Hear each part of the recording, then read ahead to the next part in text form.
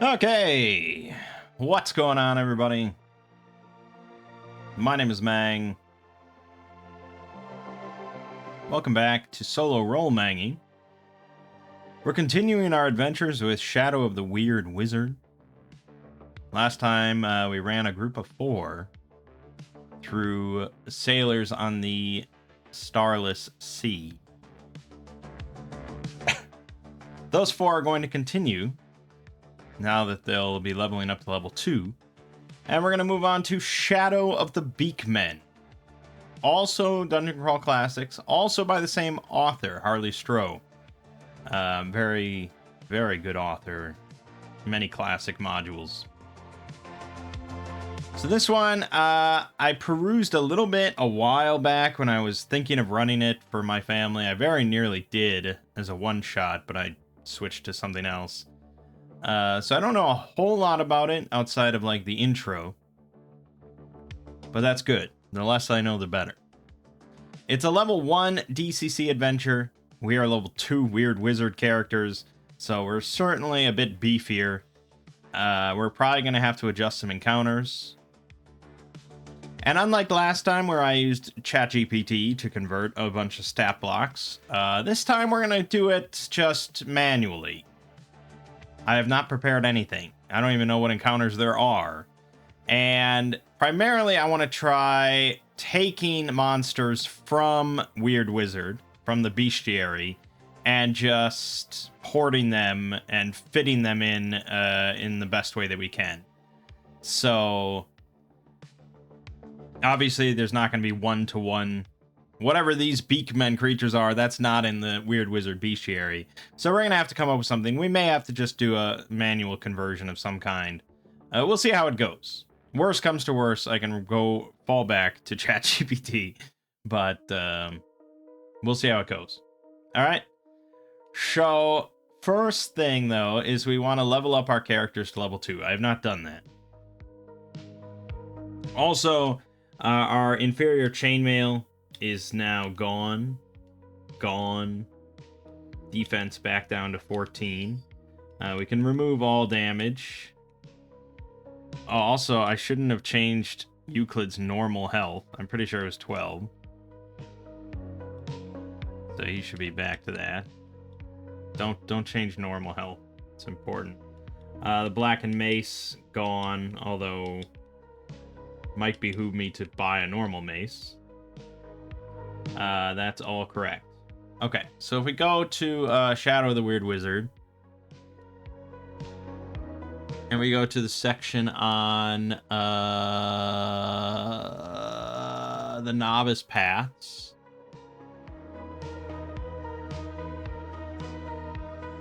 we can see what we all get to choose from. All right, so here we go. Level 2 fighter. They get an extra 6 health. So Sir Martin gets bumped up to 22 health. And they get, finally, 1d6 bonus damage, which he can apply every turn. Now, once you get more bonus damage, I think you need a minimum of 2d6. And if you're using a weapon that's not slow... Yes, so when you attack, you can decide to make multiple attacks. To do so, reduce the amount of bonus damage by 2 dice for each additional attack you wish to make. For each additional attack beyond the first, you choose a different target. Of the remaining bonus damage, you can divide them between the attacks, making the decision about how much bonus damage to use after you determine if the attack is a success or a failure.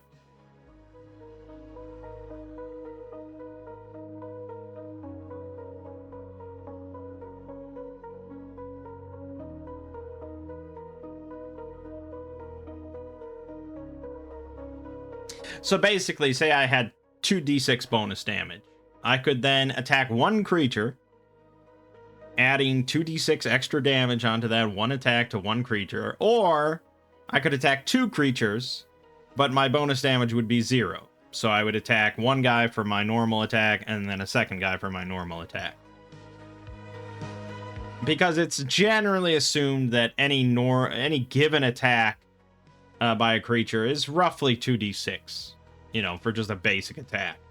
Not always, and there's a lot of obviously special cases, but yeah, each additional target is going to cost you 2d6, which you could instead just apply to your one target. For us, we only have one, so we're just adding 1d6 on all our attacks. Then we get to pick a fighting style, and there's a lot of choices. It's basically every kind of fighter you can imagine. So Armiger, choose 3 weapons. When you attack with these weapons, you roll with 1 boon. And then all of these also have an additional benefit at level 5. But that's Armiger. Basically, if you want to be, like, okay, I have my sword, I have my mace, I have my bow, and I want to be real good with all 3 of those equally. And yes, most of the time, that means that you're going to be rolling with 2 boons, which is not absurdly good. 1 boon is better than no boon. 2 boons is not that much better than 1 boon, since you're only adding 1 number anyways. But it makes it more likely, I don't know the math, but it makes it more likely to be, a +4 or something. Alright. Battle Savant. When you use an attack option, you roll to attack with 1 boon. It specifically, that probably might be confusing, but it says when you use an attack option. Attack options are stuff like disrupting attack, driving attack, feinting attack, guarded attack, lunging attack, pressing attack. So you can do any of these options, but it's important to note that this is an alternative. It's an optional form of attack that does not deal any of your listed damage for your weapon. So if you do a guarded attack, you're not dealing 2d6 from your longsword. You're only dealing bonus damage if you have any. But there's some good options here.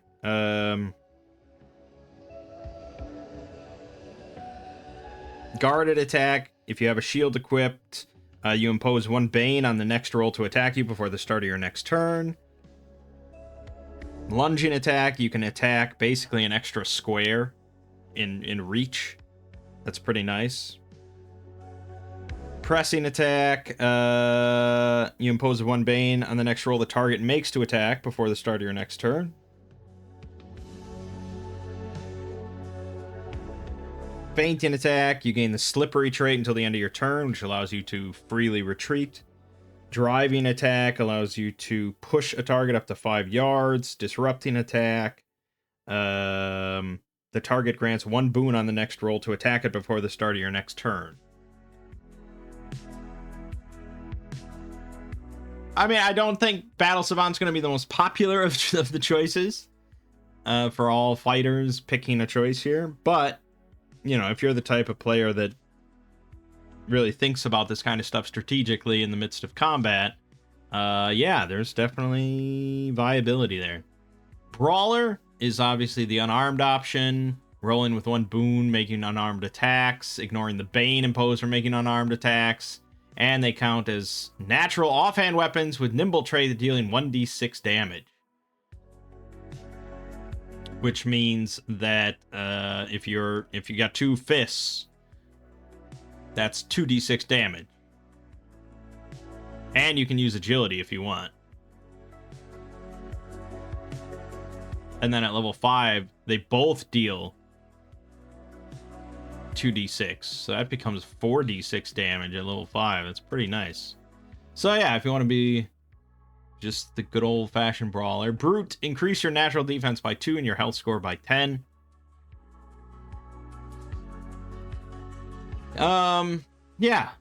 It's a very, when I was making some pre-gens for some family members to try out the system, I gave the fighters Brute just because it's like the simplest option. There's no thoughts there. It's just tankier. Close combat fighter, ignore the light trait of melee weapons you wield.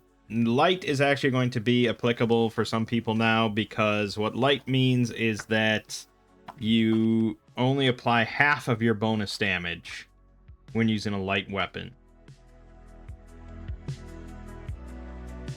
Oh no, not half. one fewer die, with a minimum of 1d6. So not really relevant at level 1, but definitely level 3. If you get 2d6 bonus damage using a light weapon, you're gonna get bumped down to 1d6 instead of 2d6. So, you know, that's potentially a factor depending on your weapon choices. Most weapons are not light. You know, that's going to be stuff like daggers, hatchets, hammers. But also short bows and bows are light as well. So, something to think about. A combat controller lets you mark a target when you hit them, and they make rolls to attack targets other than you with 1 Bane. So again, if you really want to be the front and center tank, like 4th edition D&D, it's a good option. Crack shot, roll to attack with 1 boon when you attack with a ranged weapon, and you can use ranged weapons to make opportunity attacks. Interesting playstyle there. Dual wielder, you can use a reaction to attack with a weapon you wield in your offhand when you attack. That's pretty nice.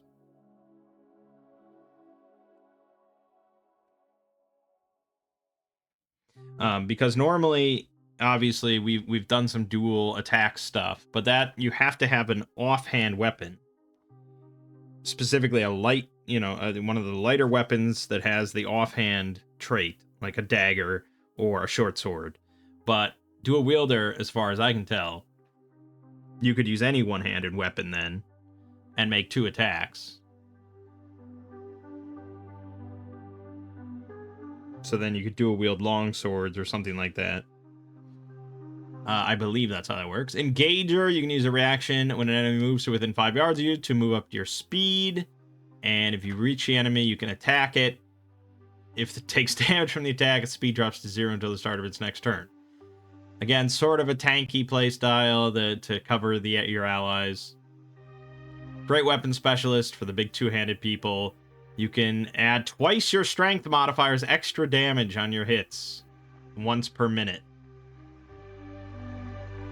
So for us, that would be an extra 6 damage on a hit basically once per combat. But if you went all the way to 14 strength at level 1, which is possible, I think a 15 is actually possible, to be honest. You can have plus 8 damage, plus 10 damage. If you just want to unga bunga smash. Impalement Art Specialist, increase the range of thrown weapons by 5, and you roll to attack with thrown weapons with 1 boon. Very unique playstyle there, throwing fighter. That would be fun. And Shield Basher. Treat shields as offhand melee weapons that deal 1d6 damage instead of as improvised weapons. When you attack with a shield, retain the shield's increase to your defense score.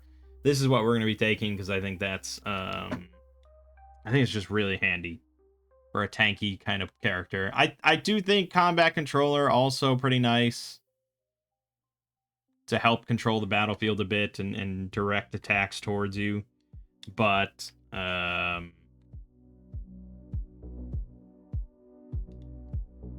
yeah, Shield Basher is just such a nice... We're going to be dealing 4d6 damage every turn now with our attacks. And retaining our defense the whole time. So I think that's going to be all good. We're going to roll with that. Okay, so that's the level 2 fighter. We'll get to Mage and Priest last because we have to pick spells. Next we have Rogue. Level 2 Rogue gets 4 health. So Garvis jumps up to 18. And then he gets a Rogue Technique. So you can take Backstab, classic. When you attack with a melee weapon, you're either hidden from the target or the target is within reach of 1 or more allies. You deal an extra 1d6 damage. Obviously, that's going to come up fairly often, as long as you're sticking by your tank or something. Like, I mean, yeah, you can just whittle down targets together. Beloved of the Gods, you make luck rolls with 1 boon. It's a rare opportunity, a rare way to get a bonus to luck rolls, which do come up a decent amount, you know. And whenever you roll 1 for an attribute roll, you can use this talent to make a luck roll, and that roll replaces your attribute roll once per day. Fighting style, you can take a fighting style from fighters. Obviously, a lot of good choices there. Picking up like dual wielding or crack shot or, you know, who knows what. Plenty of nice options there. Magic use, you get arcane as a language. You discover one tradition and learn 2 novice spells. A lot of customization potential there. Mockery. Basically, as long as you're above half health or half damage, you get a free action every turn to hinder a target, which imposes a bane on their next roll. And when you hinder a creature, the target makes your choice of an intellect roll or will roll. In either case, rolling with 1 bane. If they succeed on the roll, they become immune to this aspect of hinder for 24 hours. But on a failed intellect roll, become weakened luck ends, failed will roll, vulnerable luck ends. And while vulnerable in this way, the target rolls to attack targets other than you with 1 bane. It's a bit of a lengthy blob of text there. But that's a very potent effect, I think. I mean, just if it was just a free hinder action every round, I mean, that alone would be pretty damn nice. But also,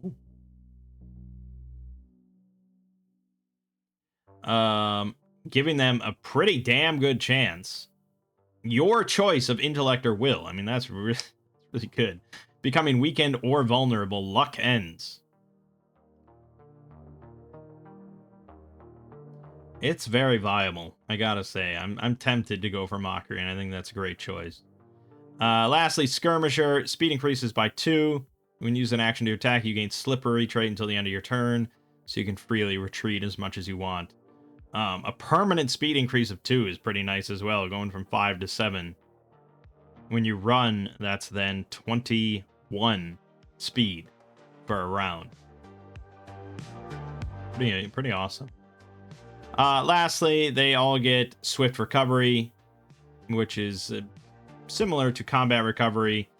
Heal half your damage total, but move up to your speed with the Slippery trait. Pretty good. What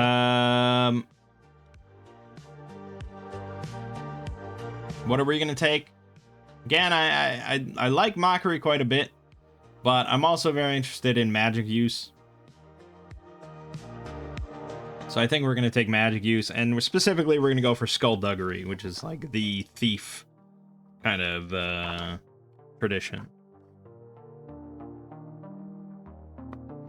So let me go to Skullduggery here. Alright, so we get... This is old. Skullduggery. We get a talent.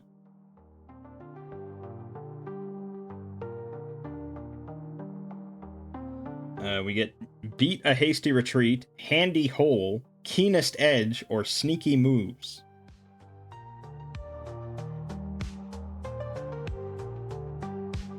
Keenest Edge is only really good for melee. It lets you buff a dagger or a sword for 1 hour. And basically you do an extra d6 damage on crits. Sneaky Moves lets you use an action to get Climber, Silent, Slippery, Squeeze. Climber, Silent, Slippery, or Squeeze for 1 hour. Which is not bad. Handy Hole. You can use an action to open 2 connected hand-sized portals, one on a point within reach and the other on a point within 10 yards. Anything entering one portal emerges from the other. The portals remain open for 1 minute. When the effect ends, the portals close and severs anything that's not magical reaching through them. We can use this once per day. I think that's the most fun, so we're going to go with Handy Hole. And it's got the best title as well. 2 hand-sized portals within 10 for 1 minute. Once per rest. Yeah, pretty much that. Okay, then we get 2 novice spells here. There's definitely some very fun quality choices here.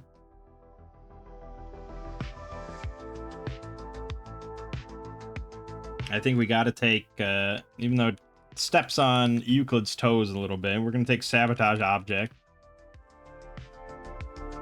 Got 3 castings. 1 ordinary object within 5 yards. Either stops functioning or takes 10 damage. It says you could force open a lock, disarm a trap, or break a glass bottle. And you literally flick your finger and just, broken. I think that's pretty good 3 times a day. Another one,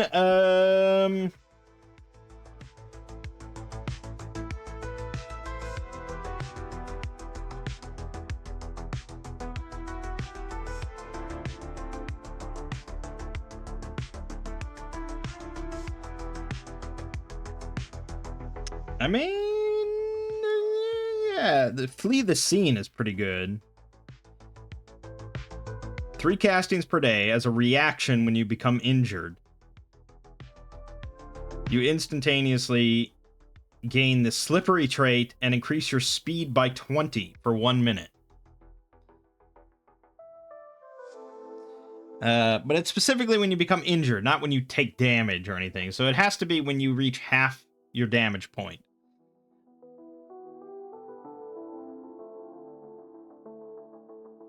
So it's fairly situational, but it would let you just kind of speed out of there, not taking any free attacks or anything like that, and just get me the fuck out of here.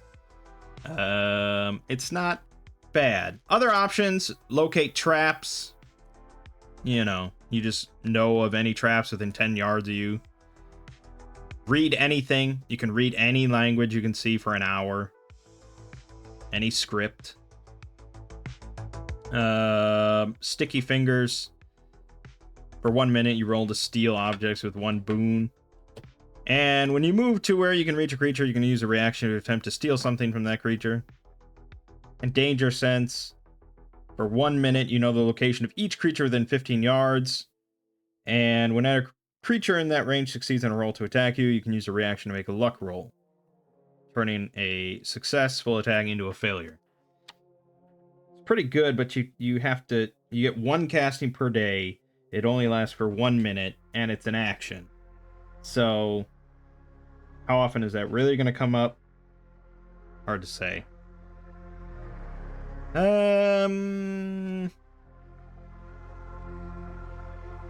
Honestly, if I were just playing this, I'd probably say Locate Traps is potentially the most useful.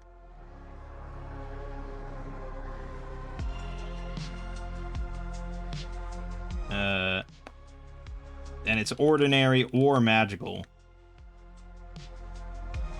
So, pretty good. Alright, that's our rogues choices. Pretty good overall, and it opens it up pretty nicely if we wanted to take a semi-magical expert path to grab a few more like expert spells, because obviously they get better, like Murderous Strike and Invisibility, Press on Through, Quick Change. But alright, there we go. Then Felik, our priest, level 2, gets another 4 health, also up to 18, and gets 1d6 bonus damage, so that'll be good for his battle axe. And he gets shared recovery. Use an action to heal half your damage total, and enable 1 other creature within 5 to heal half their damage total. Very nice shared heal. So 2 novice spells. So no new traditions. We have to stick with alchemy or invocation for our 2 spells. Let's take a look at alchemy real quick.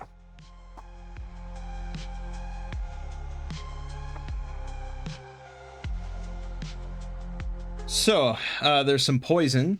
Black bile poison. But it's an intellect roll against agility, and our intellect is bad, so we want to avoid any intellect rolls if possible. Calamitous Rust causes ordinary metal objects on a target in a target space that's neither worn nor carried to drop to health 0. A creature wearing or carrying such objects makes an agility roll with 1 boon. On a failure, each ordinary metal object the creature wears or carries drops to health 0.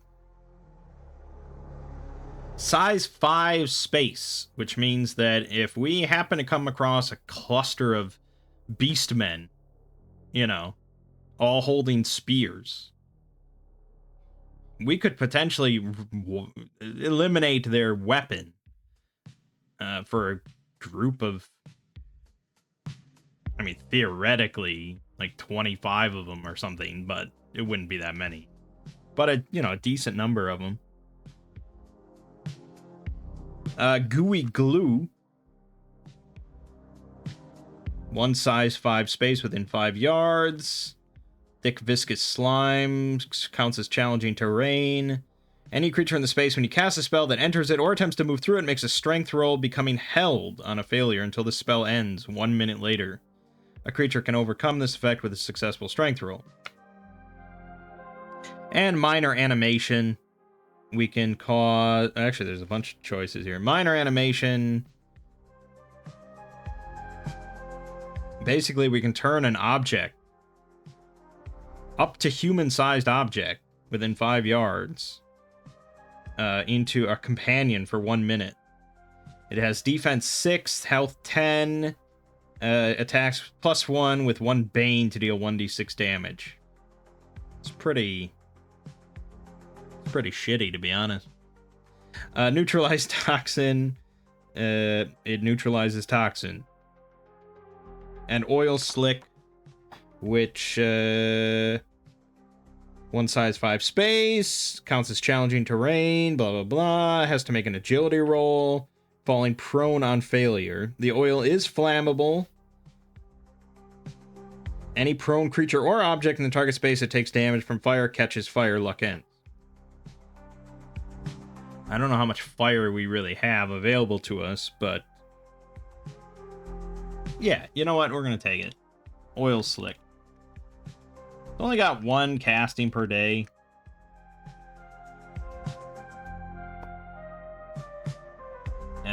But, 1 size phase within 5 for 1 minute. Challenging terrain. Agility. Roll or fall prone. Flammable. Okay. And then let's look at Invocation, which is probably where I should have just taken both spells, because this is more traditional kind of priestly stuff. So we got Divine Aid. It's a 3d6 heal that also ends the weakened condition. But it's only 1 casting per day, so it's a little iffy. Divine Intervention. It's a reaction whenever an ally within 15 takes damage. It reduces the damage they take to 0. Then make a luck roll. If you succeed, you become slowed until the end of your next turn. On a failure, you become stunned. Yikes. Genuflection. Up to 3 creatures within 5 yards. They all fall prone and make a will roll, taking 3d6 damage on a fail. If the target becomes injured by this damage, it becomes frightened of you. Luck ends. Still, instant prone on up to 3 creatures. No save. That's pretty nice. That's a very nice opener when you take the initiative. Sanctified Weapon. You get 3 castings per day. Targets a weapon you're holding for 1 minute. It emits bright light, and you can use Will in place of the attribute you'd normally use to attack. You roll with 1 boon, and the attack deals an extra 1d6 damage. Damn, this is pretty solid, I gotta say. And if you crit with an attack, the target of your attack makes a will roll, becoming frightened of you on a failure until the end of your next turn. 3 castings per day is pretty nice. That's 3 fights per day that we have. We roll all attacks with 1 boon and deal an extra 1d6 damage. That means that our battle axe, with the bonus damage, will be dealing a pretty easy 5d6 for a whole 3 battles per day. I think that's what we're going to take. He's becoming a bit of a paladin here. Oh yeah, I never ended up using Battle Blessing. I forgot about that. Casting's 3 for 1 minute.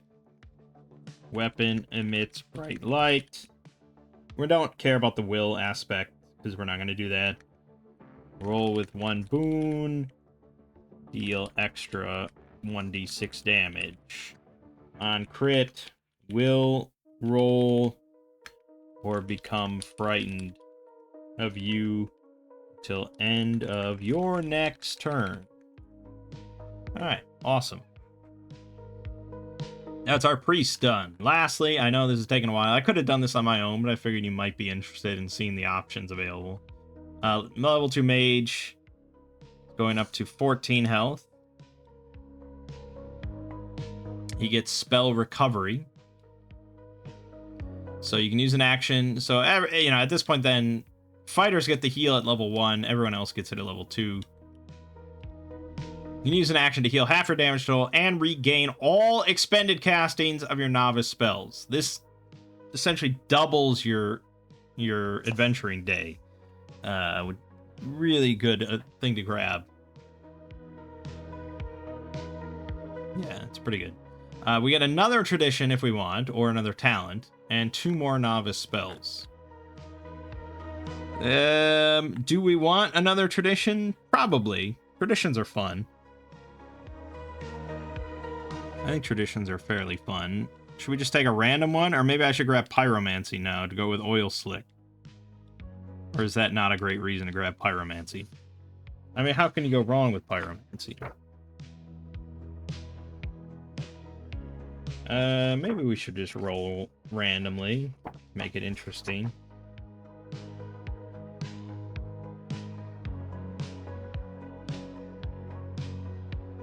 There's a lot of choices.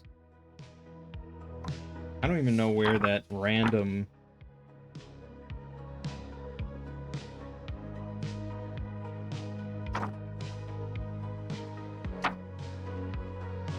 I don't even know where that... Oh, here it is. Random starting traditions. Alright, let me roll a d20 here. 3. Alteration or protection? Alright, let's grab alteration. We're gonna go into alteration magic. Because we got a bunch of attack spells, so let's go maybe for more buff stuff. Alteration. Our talent options then: Camouflage, Efficacious Disguise, Unnerving Mask, and Warp Flesh.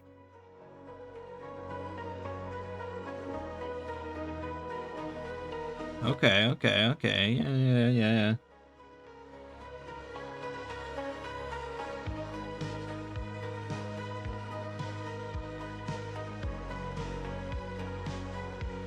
A lot of this is kind of role play sort of stuff, camouflage and changing someone's appearance and blah, blah, blah.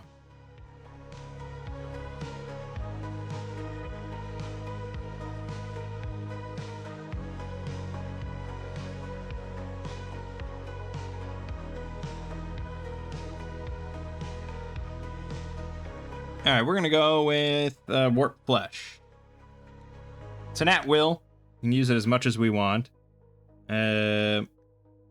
Target 1 creature within 5. Will versus strength. Target becomes weakened until the end of your next turn. It's pretty solid. Crit. Target takes 1d6 and becomes vulnerable. Luck ends. I assume that's in addition, but I don't know actually. Because it doesn't say on a critical success the target instead takes 1d6 damage and becomes vulnerable. Luck ends. But it also seems a little potent then for an at-will. I don't know. More spells. So bestow might. 3 castings, lasts for 1 minute, increases the target's health by 5. They make strength rolls with 1 boon, impose 1 bane on rolls against its strength, and melee attacks deal an extra 1d6 damage. So we could get Felix Battle Axe up to 6d6 for 3 battles per day, which is a quite absurd amount of damage. But Alteration does also get access to a very easy healing spell. 3 times per day, 2d6 damage. That might be beneficial at this point. It's weird for our mage to be our healer, but it's not sort of very natural healing. You know, he's like warping their flesh a little bit. I'm going to grab it because I think it's just very useful to have.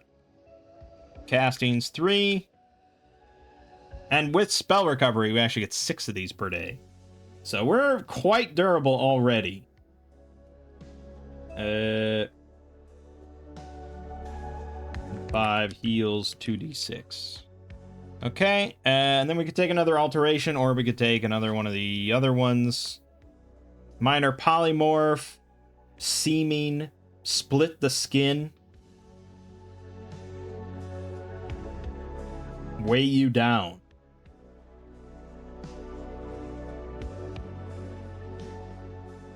Honestly, I want to never not cast a spell, pretty much. I mean, we took Warp Flesh as an at-will, so maybe it'll come up, but with spell recovery now, and if we take Split the Skin, which is also castings 3, that means that we can cast, assuming we're very efficacious in our use of spell recovery, we could cast 3, 6, 9, 12... 15, 16, if you include Shatter, 17. Basically like 33 spells in a day. Which I think means, yeah, you're casting a spell every turn. So Split the Skin. 1 creature within 5 becomes vulnerable. Luck ends. Each time the target makes a luck roll to end this effect, they take 1d6 damage. Not super great dot, you know, the chances are they won't, the odds are they won't take any damage. But still, more vulnerability is pretty good. And again, just a refresh, vulnerable, you grant 1 boon on rolls to attack you and on rolls made against your attributes. So it just makes your whole team better and more likely to kill them. And then also there's Weakened, which makes them make melee attacks with 1 Bane, and their speed is halved.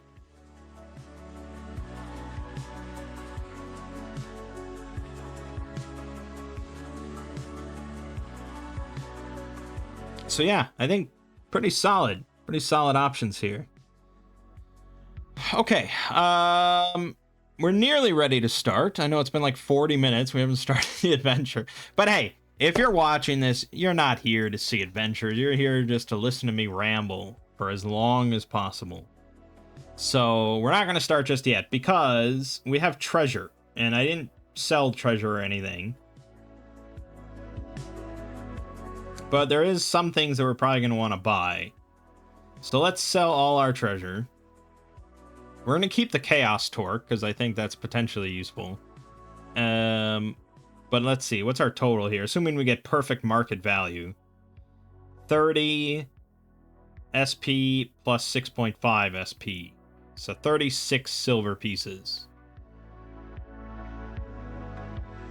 Which means that we have 45 silver pieces, or 4.5 gold.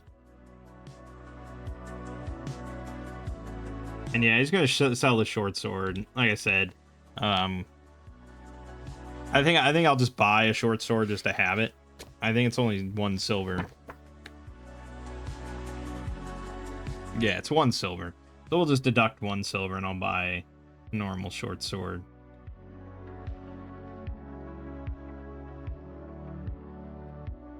Okay. So what do we want to buy? Well, buying Martin better than leather armor is probably priority 1.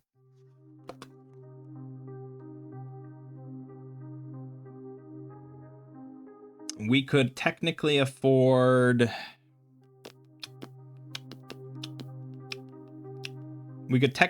plate and mail, which is a specific medium armor, 16 defense. That would cost us 3 of our gold, 30 silver. But that would bump his defense up to 18 total, which is very nice. And he can just shield bash left and right.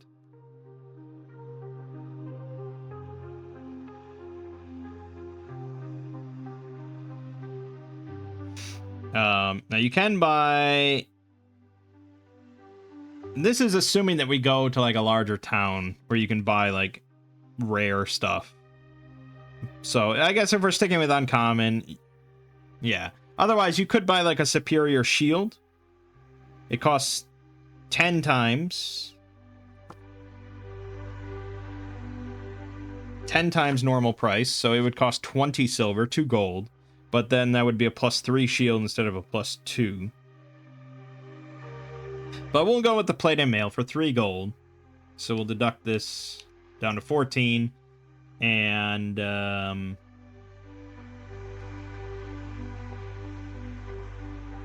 we're going to give Euclid the leather armor, which has 12 defense instead, bumping him up to 14. And we'll dump the padded armor. And then you will get plate and mail, which is 16 defense. Big ups. Total 18 defense. He is a tanky lad. What else are we interested in buying? Probably the alchemist kit. But I don't know if we can even afford it. It's really kind of stupidly expensive, I think.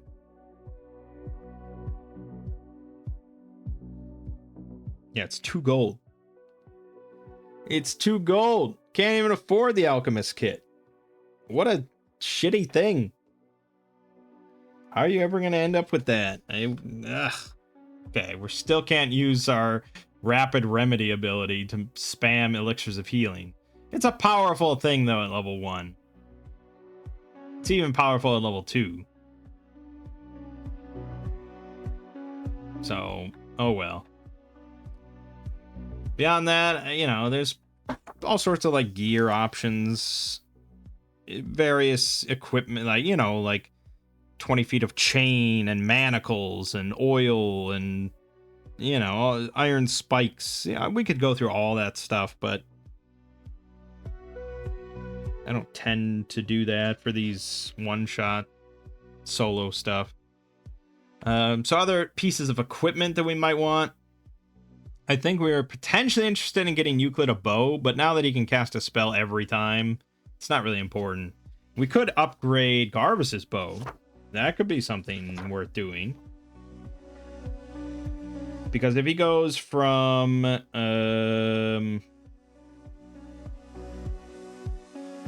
Actually, it's kind of negligible. And he doesn't actually have the strength to use a longbow. You need strength 12. But a longbow also does 2d6. It just has 30 range instead of 20. And it has the large trait. But that's a negative thing. It means that if you're using it while mounted or squeezing, it's an automatic failure on the attack roll. So it's not really good. Pretty much comes down to if you just want the extra range. An extra 30 feet of range. Yeah, the short bow honestly is pretty good. The only thing you might want is like a superior short bow, but that would be 50 silver and we can't afford that. So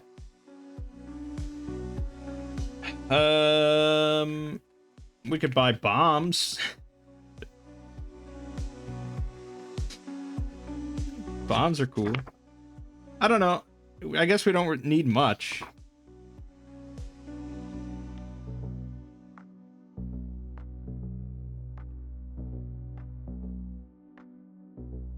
You could buy a garrote to choke somebody. On a success, the target loses health equal to your strength modifier, plus loses extra health equal to your strength modifier each time you maintain the grab. So it's for the real bruiser kind of thug. If we had 14 strength instead. And, you know, just because you're a rogue does not mean you have to go all in on agility. A strength rogue is certainly very viable.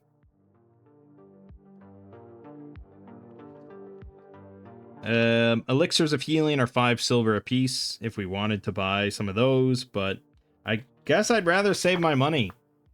I should have grabbed those coins at the top of the ziggurat at the end of the last one. What was I thinking? I wasn't thinking. Alright, fuck it, we're just gonna move on. I think I have everything I need. The most... I guess I could buy a mace for Sir Martin. So he has some sort of club weapon. Some sort of bludgeoning weapon. That's 2 silver. We'll go ahead and buy that. Mace. 2d6. Bludgeoning. Okay. Then I think we're ready to begin. So hold on. Okay. I stepped away for a few minutes. And while doing so, I thought that we're going to buy the bomb. Because in any given situation, would you rather have a bomb or not have a bomb? And I think most people would agree you want to have a bomb. So it's an iron sphere about the size of a human head filled with explosive powder and fitted with a fuse. Takes 10 rounds to burn a full length of fuse, though you can shorten it. Blah, blah, blah. It detonates to deal 4d6 damage to everything within 5 yards of it.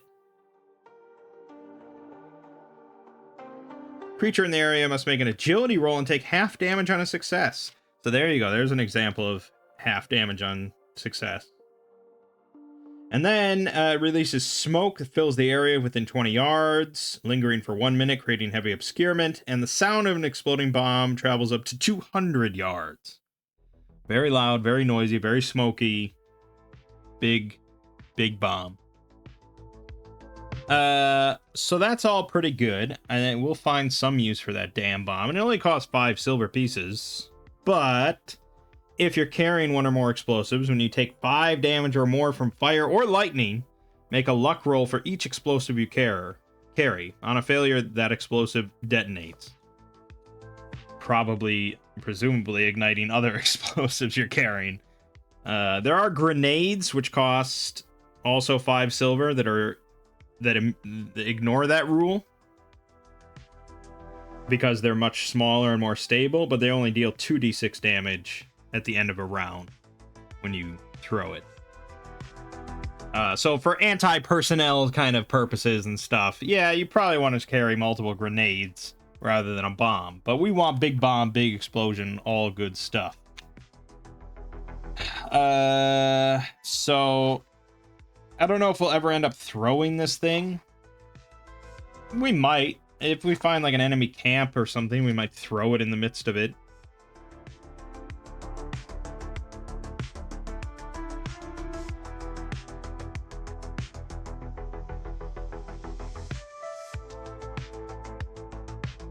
The throwing rules are basically pretty simple. I think you can throw it in one hand. So you can throw it up to 10 yards. And it lands within 2 yards of the intended spot. Doesn't really have any rules for, like, scatter as far as in which direction might it move or anything like that. But, yeah, we'll worry about that when that comes. Okay, with that all said, let's move on to Shadow of the Beakmen, finally. Adventure summary, we don't want to read that. Okay.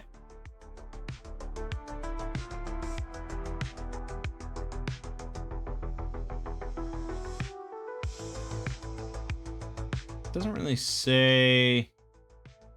Oh, yeah, I guess. The adventure begins shortly after dusk as the traveling PCs approach a small, nameless village en route to their destination. Perhaps the PCs are traveling to the fell city of Punjar, or simply trying to make their way back to Hyro after an unfortunate trip on a magical dragon boat. Yeah, that could be.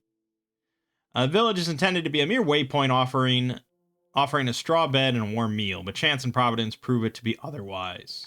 Okay, so that's the basic plot. This isn't our village or anything. It's just like, oh, rough day of hiking. Let's just get in for bed and a meal. Foul smoke hangs over the small hamlet, mingling with the dense fog and icy rain. A shout goes up, followed by cries of terror, and somewhere in the darkness, a great bell begins to toll. Okay, signs of slaughter. We can hear the sounds of weapons crushing flesh and bone, accompanied by wails of pain and fear. Call for PC actions and adjudicate accordingly. Would we want to buff anything at this point, or set anything in motion? Light the bomb. We could cast Sanctified Weapon. It is later in the evening, but I imagine this is going to be a whole rolling ball of adventure. So, I don't know. 1 minute's not that long when we don't have sight on any enemies.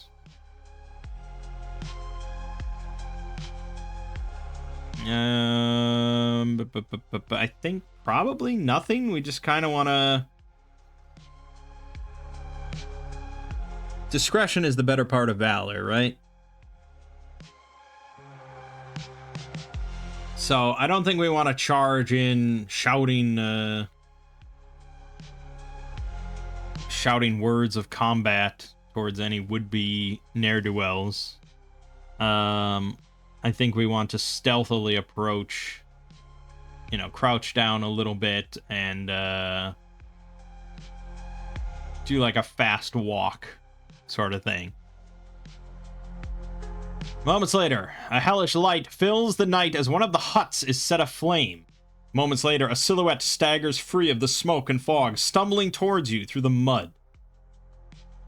The figure is a man-at-arms, direly wounded in the defense of the hamlet. He is immediately pursued by a croc knight atop a horrific steed. A massive form erupts from behind the burning hut. A huge humanoid in spiked armor astride a gigantic lizard thing. The beast rider gives a roar and raises a glowing lance high, spurring its lizard after the stumbling man. Night blind from the burning huts and bent on slaying the man-at-arms, the Crockett Knight is wholly ignorant of the PCs in the darkness. Call for initiative to determine the order of the PC's actions. However, the Croc Knight takes no actions against the PCs this round, instead riding down the soldier and attacking with its blazing lance. Okay. So, let's, so we'll start combat at this point. I mean, combat initiates. Even though the Croc Knight is determined to kill the man-at-arms. So it's a Croc Knight riding a giant crocodile. I believe we should have stats for a giant crocodile. But we're going to go down here to Appendix A for our Croc Knight stats. So he's got a +3 attack with his lance, dealing 1d12 +3 damage. But he has 15 AC, which is decent, but only 7 health. And his saves are not too great. So I think this is probably a difficulty 2 creature. A bit more of a glass cannon, I suppose. So I'm going to open up my DM book. I could bring up the PDF here, but I feel like scrolling through everything is just going to take too long.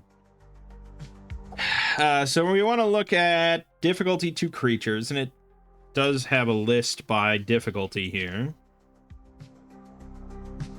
So if we look at the standard soldier stat block, difficulty 2, 17 defense, 15 health. I think that somewhat falls in line with heavier defense, lower health kind of enemy. Dealing...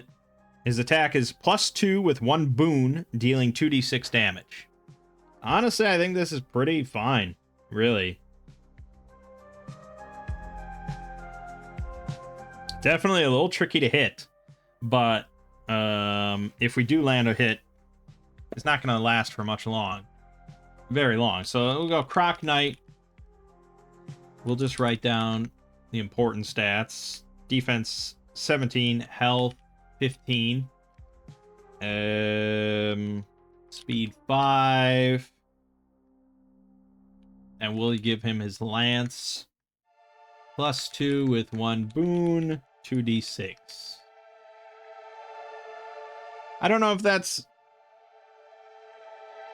extremely representative of 1d12 +3 in Dungeon Crawl Classics.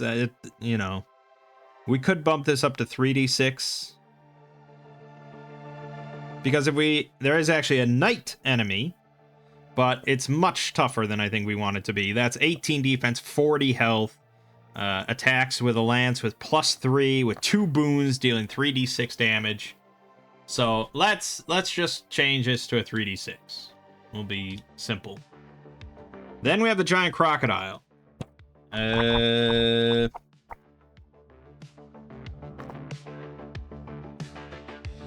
We have crocodile stats, which might be good enough. In DCC, it's a +5 attack, which is pretty high. 3d4 damage. 17 AC, 15 health. These things, yeah, they're definitely not weak. They're not intended to be weak in any way. The crocodile stats here, 15 defense, 30 health. +3 attack, dealing 2d6 damage. But whenever it deals damage with its attack, it makes a grab attempt. And then it can automatically deal 2d6 damage and maintain the grab every round after that. It's not bad. It's definitely not bad. We could beef it up a little bit to make it a giant crocodile. But I don't know if we want to turn it into a difficulty 4 creature. I guess maybe you could.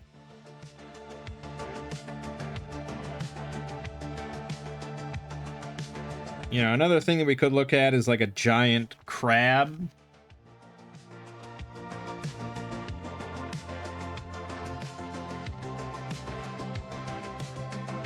But that's also difficulty 2. And that, yeah, it really... The stats are pretty similar. If we wanted to go difficulty 4, here's a giant beetle. 18 defense, 40 health. +3 attack with 1 boon, dealing 4d6 damage. Yeah, that might be more in line with what they intend. So let's go for that.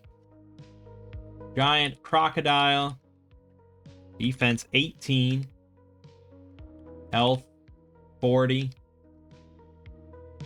Speed 5. Now, I think we want something faster than that.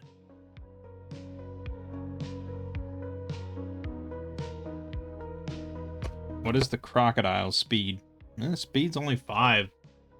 Yeah, maybe it's fine. We'll go 6. Speed 6.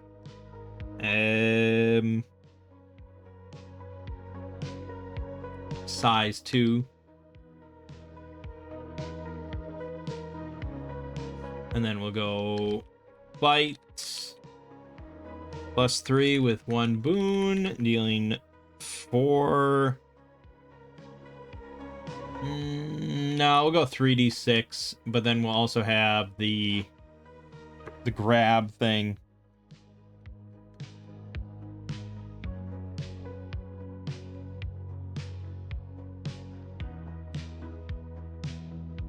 And crushing jaws. 1 creature grab. Ugh. Takes 3d6 damage. And the crocodile maintains the grab. Okay. There you go. There's our stats. Pretty simple. Alright, so we have combat. Combat initiates. And I think we can see that this Croc Knight is not even looking at us, and he's staring down this man-at-arms and trying to charge in. We don't have stats for the man-at-arms. He's got 4 HP here, though, so, you know, we'll give him, like, 8. But basically, if he gets hit, he's dead. Actually, yes, because the Croc Knight does 1d12 plus 3 in this, which means that if he hits him, no matter what, the man-at-arms is dead. So, really, we can give this guy 1 health. I guess we'll all take the initiative then, because we want to save this guy, right? That's important to us. We're not scared of some giant crocodile and Croc Knight and blah blah blah.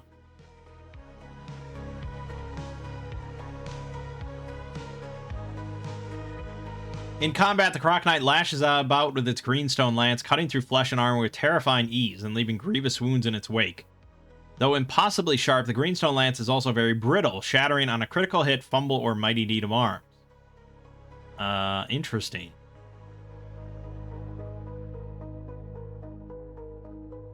Glowing lance is also the source of the Croc Knight's mastery over the giant crocodile. If the lance tip is shattered or the Croc Knight disarmed, the crocodile immediately rolls, crushing its former master, then attempts to retreat back to the water.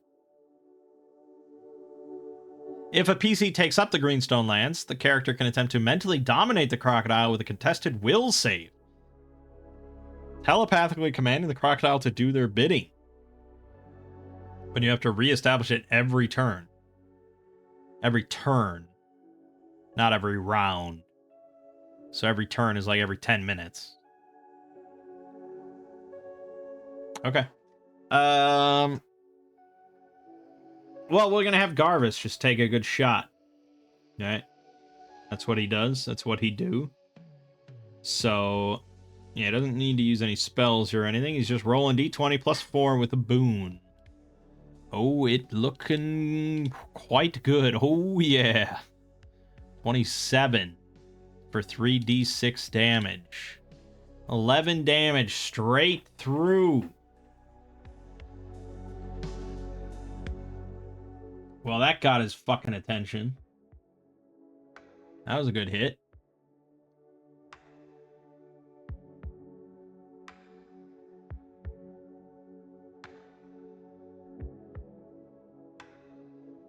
Yeah, it seems pretty easy.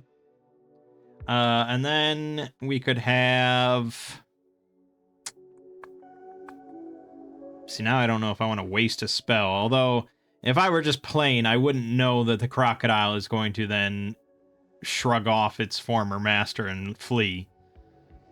So I could see the spellcaster here queuing up some big old thing against the crocodile. I could see that. I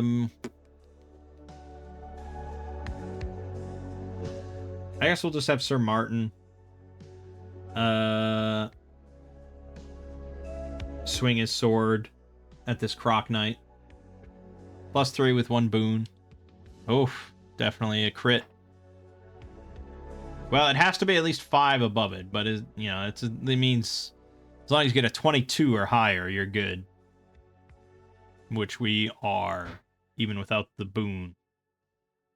So that's, so now we have bonus damage. And we're always smacking our shield as well. So you're looking at 4d6 damage. Well, with slashing, 5d6 damage on a crit.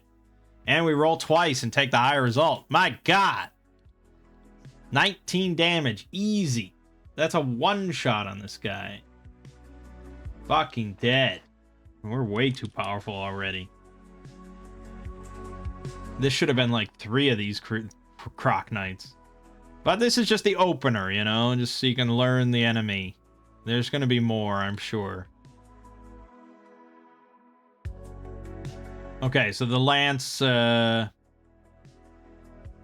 drops, clatters to the ground, and the crocodile shakes its head as if shrugging off some sort of effect, and then immediately just starts bucking and bucks off the corpse of the Croc Knight before fleeing towards the water.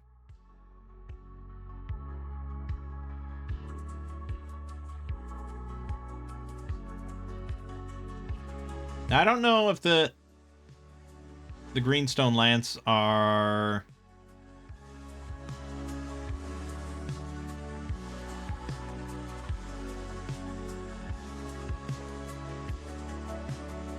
Yeah, I don't know if they're tied to specific giant crocodiles or if you can use them on any giant crocodile.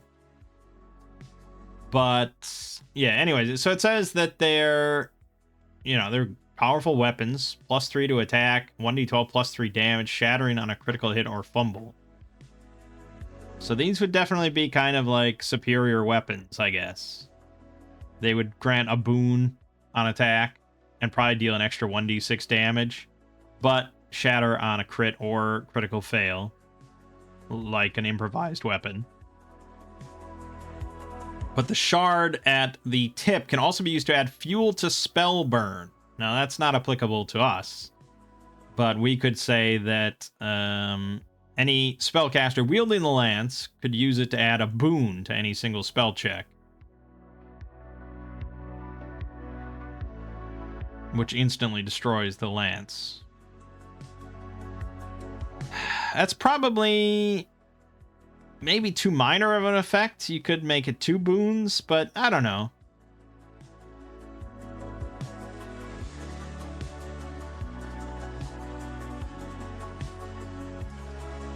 Yeah, I don't know. It's hard to say. I'd also probably say that you could just, like, remove the tip.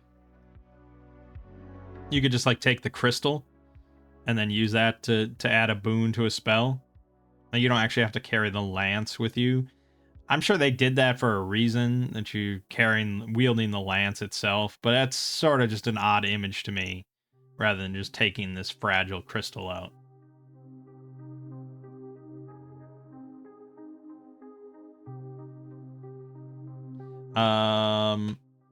So do any of us want to take a lance?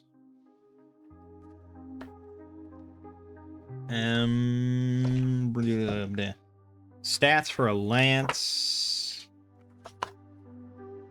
Pretty sure. It's a two-handed weapon, requires strength 11.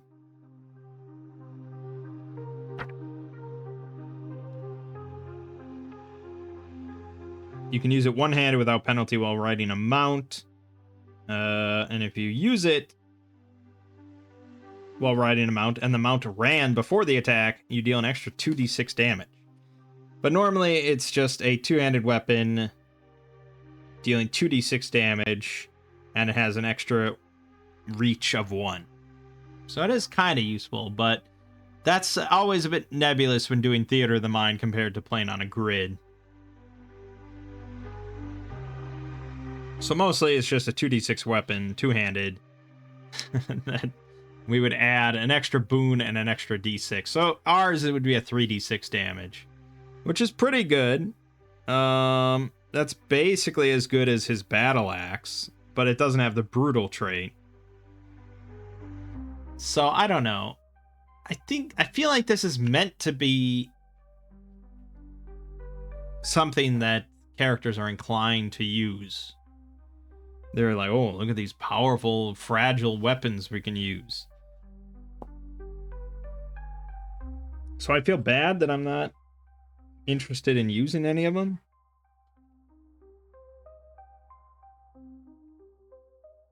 But I don't know if I'd want to bump it up to 4d6, do I?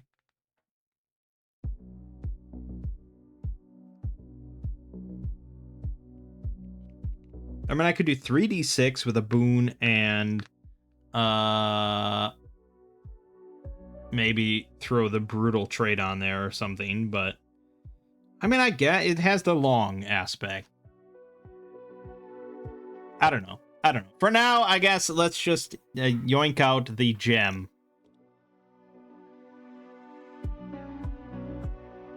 And we'll give it to Euclid.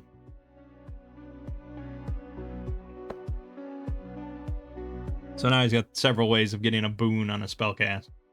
Okay. So we saved the Man-at-Arms, quite deftly, I might add. He pledges his loyalties to us. He's a courageous ally, possibly a replacement character in case the PC's lost.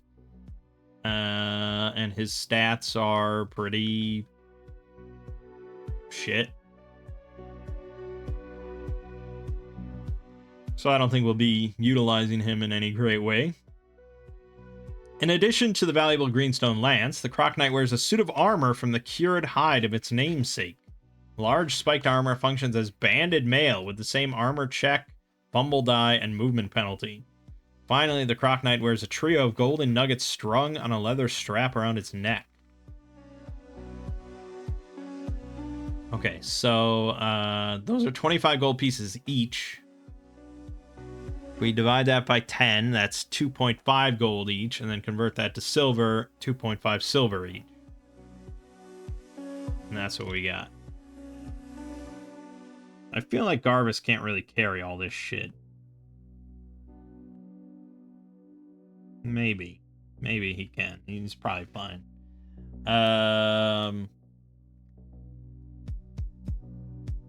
Golden nuggets times 3. 2.5 silver each. Okay.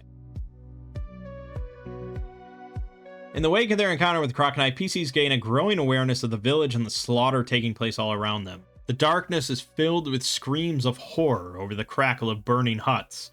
On all sides are panicked villagers, fleeing the deadly onslaught of the fearsome knights atop their terrible reptilian steeds. To the east, above the village rooftops, a blazing emerald light pierces the darkness, growing brighter with each passing moment. Something terrible is coming this way.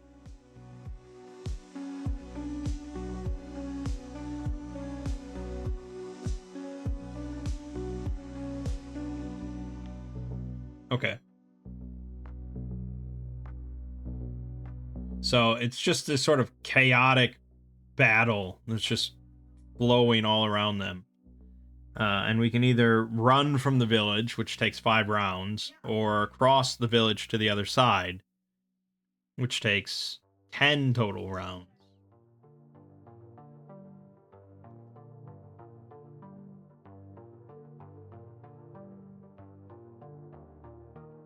I mean, we're going to press on, of course. There's little we can do, but we're going to press on because of this blazing emerald light. We gotta put a stop to this. We gotta save these people. So, to simulate the chaos of the running battle, roll 1d10 on the following table. At the start of each round, roll again. Former foes or allies are swept away in the tide of violence, possibly never to be seen again, and the dark battlefield, lit only by the burning huts and the eldritch green blaze, is a swirling maelstrom of blood, smoke, and mud. Alright, let's roll a d10.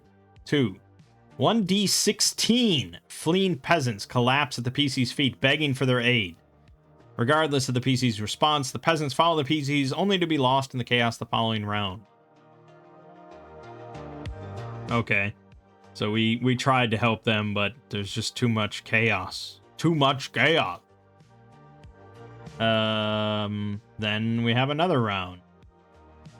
I guess I have to keep track of this. This is round 2. 6. A peasant and his 1d4 sons mistake the PCs for raiders and attack. If the party shows restraint, the group throws their lot in with the PCs. Oh, show restraint. That's a tough proposition, isn't it?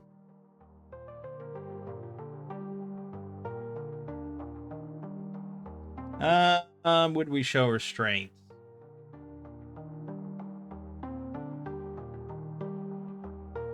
I don't know, let's do a luck roll.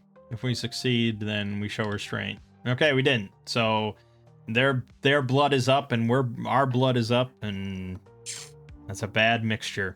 So combat initiates against a peasant and his one son. And we'll put him down. Do we have stats for a peasant? Probably.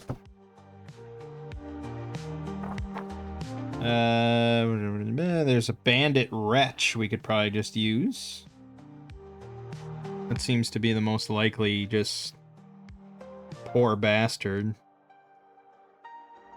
There's no difficulty 0 creatures. Oh no, there is a peasant. Commoner peasant. Let's look it up. This is who we're going to be killing. Peasant. 10 defense, 10 health, 10 everything. They have +0 attack with 1 bane, dealing 1d6 damage. Alright, well, our goal is to kill him as quickly as possible, so... Felix is going to swing his battle axe. So again, this is 4d6 damage. And he'll just swing away. Alright, he definitely hit. 16. He utterly demolishes the peasant. That's the end of that. And then Garvis will fire off an arrow. That's a hit for 3d6. Alright, both dead instantly. What do you expect, really? Okay. Round 3. Another d10 roll. Another... Okay, that would be a little goofy. 10. The PC stumble across the body of a slain croc knight. The knight's armor has been ruined, but the corpse still clutches a lance topped by a greenstone shard. Alright, he's going to get a second greenstone shard then. Round 4. 7. The wind whips up, blowing a dense cloud of smoke and crackling embers over the PCs. Nearby huts catch fire. Just more chaos. Alright. Number 5. A fishmonger calls to the PCs from a hut. Inside are 1d20 plus 6 cowering peasants, hiding from the invaders and doing their best to fortify the crude hut. Following round, the hut catches fire, forcing the PCs and the peasants to flee. Okay. I feel like you probably could just go in order here, 1 through 10, unless you wanted to repeat stuff. This is number 6. We got 4. A dismounted croc knight armed with a greenstone lance corners 1d8 peasants against the wall of a flaming building. The knight withdraws if engaged, the peasants flee. You know, we only have 1 round here, but I don't think I would do 1 croc knight. I think I'd have like 4 of them.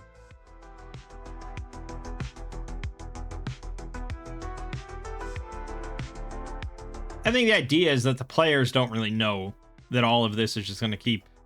That all of this is very transient and all that sort of stuff.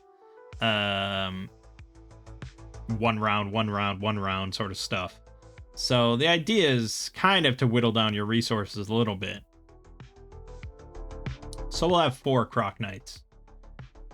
Cornering 8 peasants. They're about to all stab.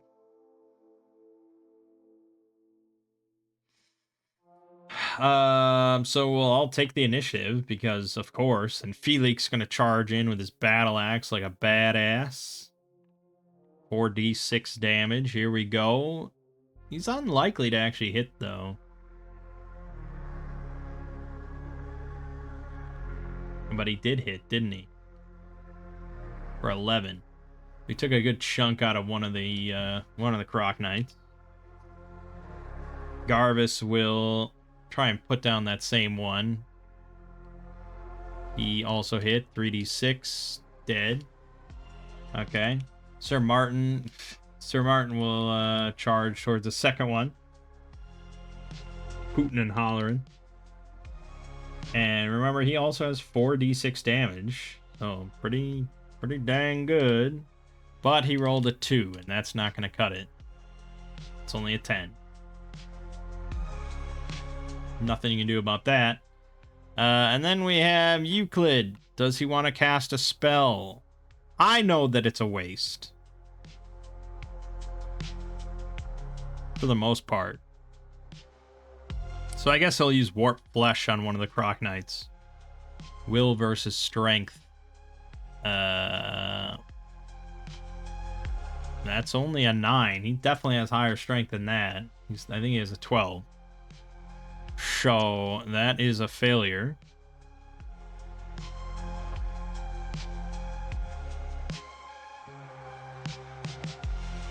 Yeah, that's a failure. And then the Croc Knights get to go. And there are 3 Croc Knights ready to rock. So we'll have 2 of them attack Martin and 1 attack Feely. Actually, 2 on Feely because he got a kill. 2 on Feely, 1 on Martin. +2 with 1 boon. First one, that's going to be a miss. Second one, definite hit. Crit, actually, though. So he shatters this greenstone shard into Felix's body. 3d6 damage against Felix. 13. Ow. Glass cannons. As intended. That really hurt. That definitely hurt. He'll want to be healed. The one on Sir Martin is in a swing. Gets a 13. +5, 18. +2, 20. That is a hit on Sir Martin. No dodging available here because they all took the initiative. Thus, pain. So that's also 3d6 damage. 11. Yikes.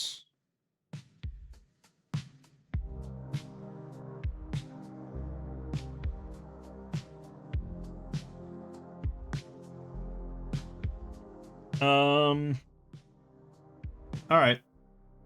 But then the round ends and the knights withdraw and the peasants flee, and we move on to round 7. Another D10 option here. I think we already did that one. What haven't we done? We did that one.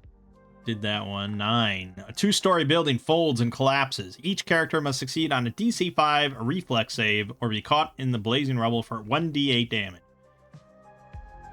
Alright, that's a pretty easy one. So agility rolls with 1 boon, I think, is what we're calling for. So Sir Martin succeeds. Garvis succeeds. Felix. No, Felix. He can't possibly succeed, so he fails. And he's the most beat up, so this is pretty bad. And Euclid succeeds. They're calling for 1d8, where I'm going to have to call for 2d6 on this. 8 damage. Yeah, he's going to go down. So he gets smashed with some rubble and hits the deck. But I'm going to roll again. We're going into the 8th round here. So we'll see what's going to happen then. I mean, I guess you could say at the end of that round, he then can make his luck roll. Okay, I'll give him his luck roll at the end of the round. Alright, he rolled a 10, so he succeeded. So he's at 17, and he gets back up. We go to 8. We got that already. What haven't we gotten? This one, 5. 1d12 plus 3 Beakmen charge past the PCs in pursuit of 1d20 peasants. If the PCs intervene, half the Beakmen break away to engage for a round before continuing pursuit. 1d12 plus 3. Okay, so 7 of them. And if we intervene, half of them break away, so 3.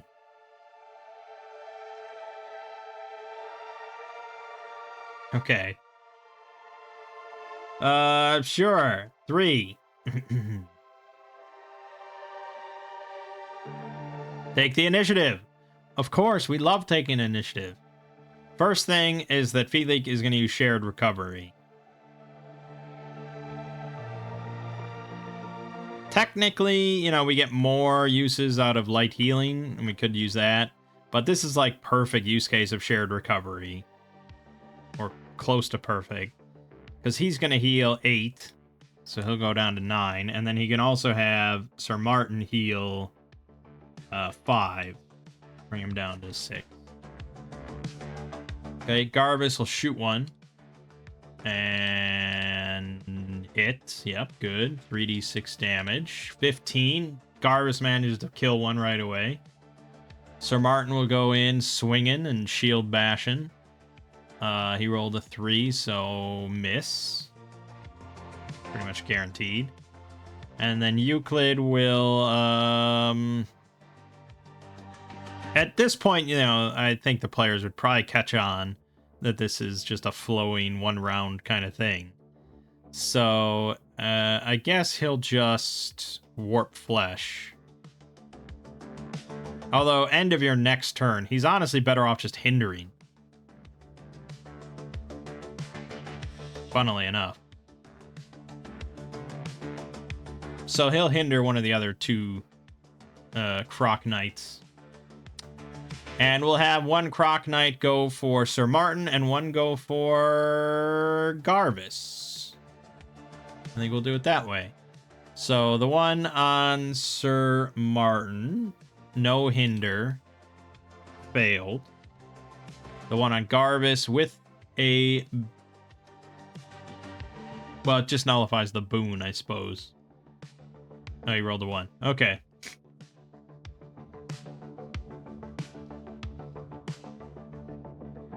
So yeah, that means most of the time you can't actually crit fail unless you have a Bane on the roll. Because a 1 is not a crit fail. It has to be 0 or less.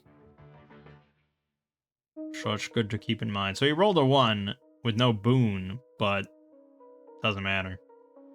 Okay. And then they break away again to continue their pursuit. And we're on...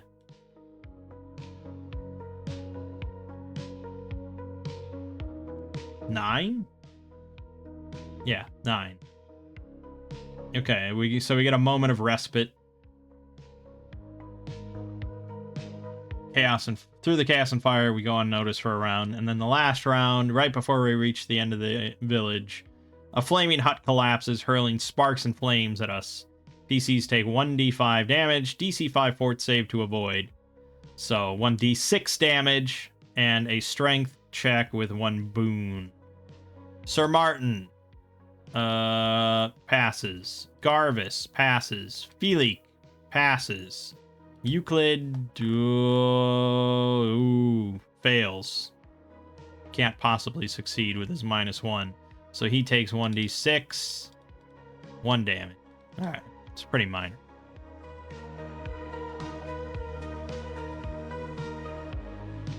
Oh. Fuck. I was...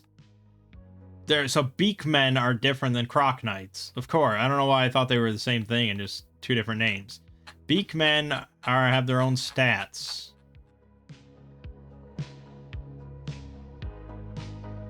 Okay, Beakmen are way less imposing. These are really basic enemies, and I think we want to go for difficulty 1, maybe the Fomorian Mongrels. They don't even have weapons.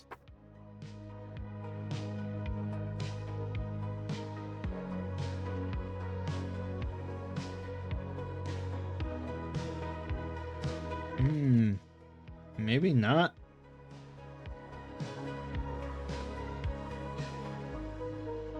What else would be likely to use claws?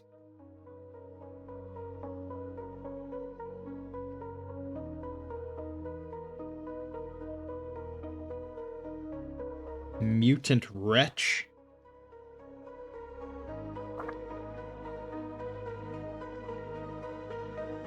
That's something that interests us, a mutant wretch.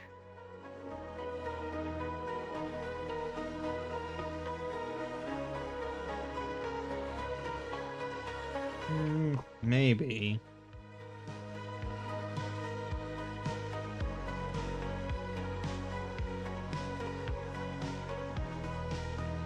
Not much uses its claws that's like capable of holding a weapon, you know? Most of these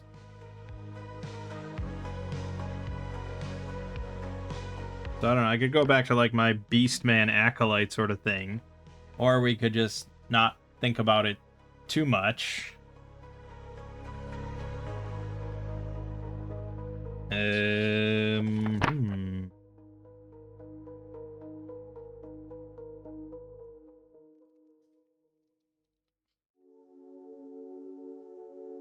It's pretty much the same. We're looking at something that has probably 10 defense, 10 health, has +1 on attack, dealing 1d6 damage. That's basically the Beakmen.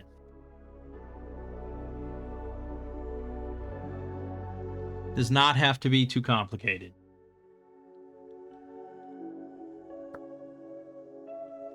Beakman, defense 10, health 10, speed 6 we'll give him, and claw +1, 1d6. The most basic creature you can imagine. Now, obviously, we don't have strength, agility, will, intellect scores. Those come up if we need them to come up. Don't overcomplicate it if you don't have to. And that's pretty much it. It's not a very interesting creature, you know. Most of these, you try to even have difficulty 1 base creatures have some sort of unique trait to them. Like they can function in a mob or something like that, or they have some sort of thing that differentiates them from some other difficulty 1 creature.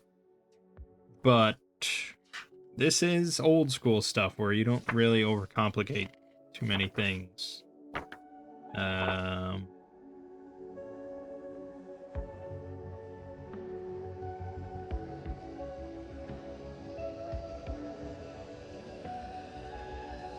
Yeah, so we'll just leave it at that.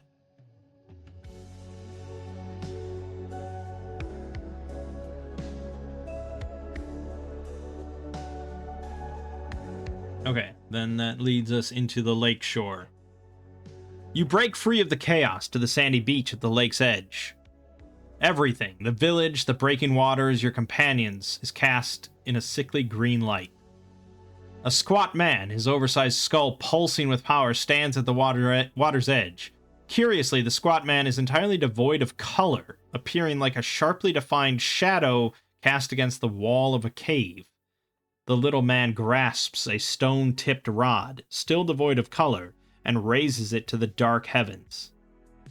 The master is summoning the malachite steel, a towering stone obelisk dredged from the watery depths, an interplanar home to the Beakmen. The PCs can intercede at any time, but the damage is already done. The steel has been summoned. Okay, I mean...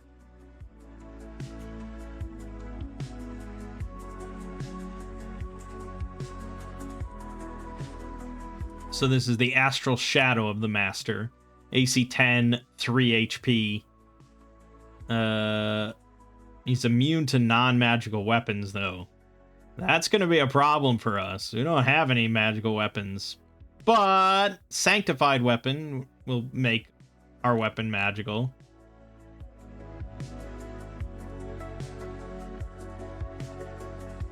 And, of course, we have spells. But he has... It says 1d20 plus 3 counter spell.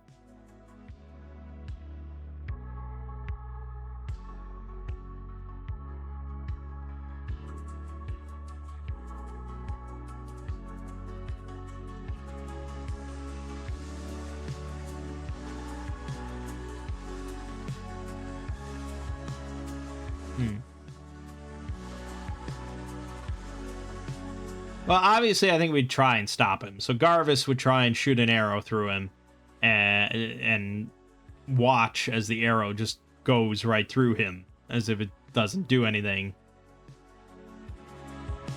And so then we watch as a distant speck pierces the roiling waves. The speck grows larger as it draws near, breaking free from the water. With a roar, the speck grows into a tower, erupting from the water and eclipsing the night sky. Water courses down the sides of the stone tower in showering rivulets of mud and silt. The towering monument rises to the shore's edge, the peak of the steel blazing with emerald light, turning night to day.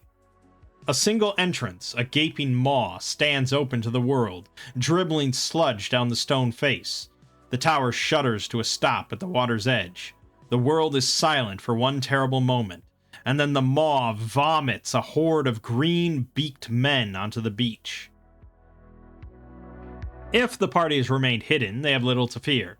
The master leads the green horde into the hamlet, where they complete the capture of the villagers. The master and his horde return in 1d4 plus 1 hours, marching their captives back to the steel, where the helpless peasants are inserted into egg sacks. If the PCs have betrayed their position, which we have, the master turns the surging horde against the PCs, meaning certain death unless the party acts quickly.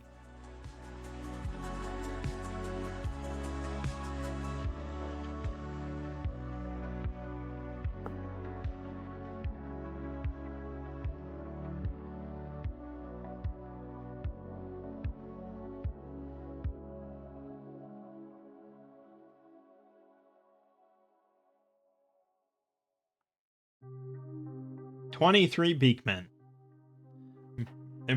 spewing forth from this monument onto the beach.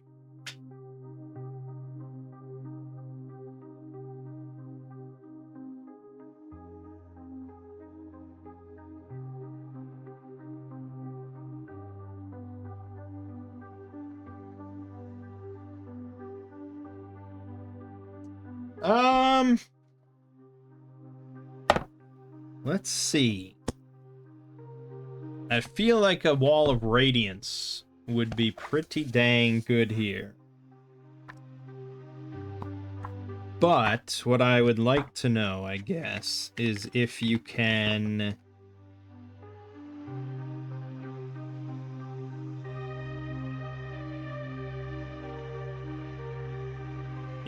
like, queue up an action.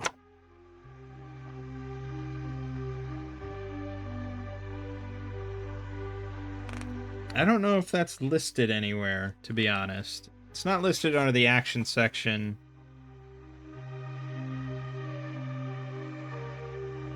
It's not listed under the reaction section.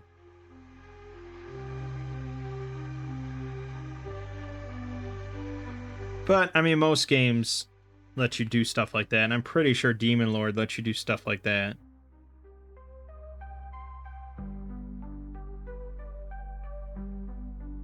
So, yeah, I would imagine so, and I would certainly allow it as a DM, because I if my players ever actually thought of doing something like that, it's usually pretty fun and efficient. So basically, I'd say that, I want Euclid to take the initiative, and then I want him to sort of prepare a casting of Wall of Radiance on the condition of the Beakmen, like, about to pass a certain point. They have moved up the beach, they're charging towards us. Right when they get to this specific spot, that's when I want to cast Wall of Radiance there. And I would communicate that to my allies and have them sort of like, have Garvis fire upon the Beakmen and have Sir Martin and Feely kind of get into battle positions and taunt them and stuff like that. And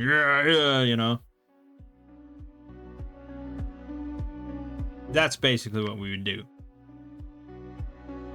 And these are just Beakmen. These are not Croc Knights, so they're gonna fold pretty fucking easily.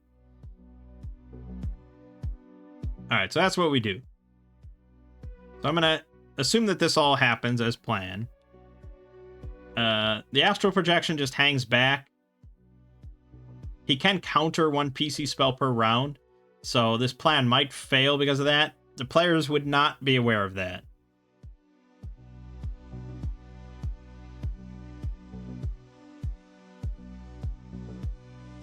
But he doesn't attack. So the moment comes, Wall of Radiance gets potentially cast, and the Master is going to potentially counterspell it.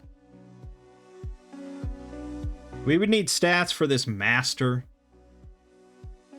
He's got a plus 10 will, which is pretty fucking hefty at level 1 or whatever this is normally.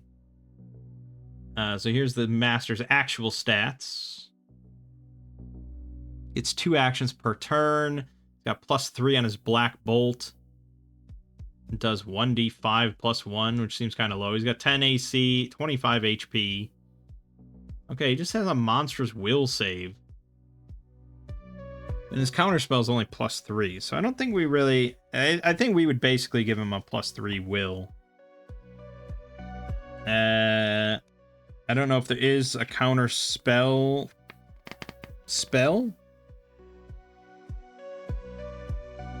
I don't have like a grand alphabetical list of spells. I'm not really even certain what tradition counter spell would be under.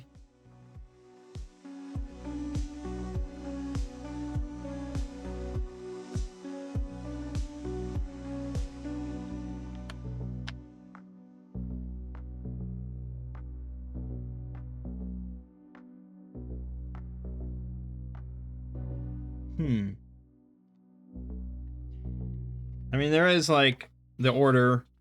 Order has dampen magic, which is basically counterspell. It's a reaction when a creature within 15 yards produces a magical effect. And it lasts for 1 minute after that point. Whenever they would produce a magical effect, it makes a will roll. On a failure, the magical effect is lost, and any resources expended to use it are wasted. So I guess we'd do that. It wouldn't even be like a counter, like a roll-off. He was just going to use dampen magic. So Euclid is going to have to succeed on a will save. But he does have Mage Implement. So he could use a reaction to resist a spell on... Oh, no, he doesn't have a reaction. He took the initiative. Never mind. So it's just going to be a will save. Plus 3.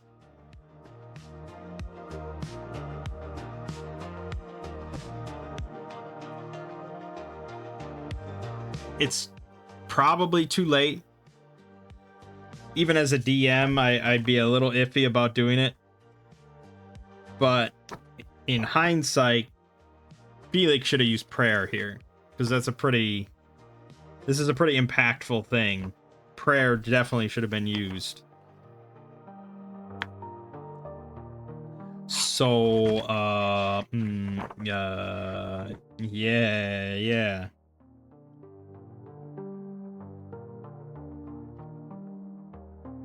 You know, let's say that I did. Yeah. Why not? Let's add a boon to this. There you go. Look at that. Look at that. Amazing. I made the save. Incredible. Who could have thought it was possible? Good. All right. So he tries to counterspell. He tries to dampen my magic, but he can't dampen. Can't dampen hard enough. Can't dampen my spirit. So Wall of Radiance goes up as they're moving. Now, this is not going to catch all 23 Beakmen. They're not all going to be that stupid. We're not going to get that many, to be honest.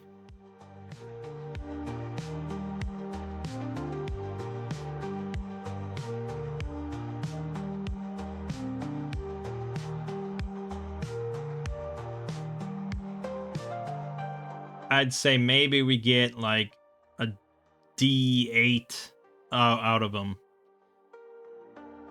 That would be what I would say. Okay, 8. All right, so they're really dumb.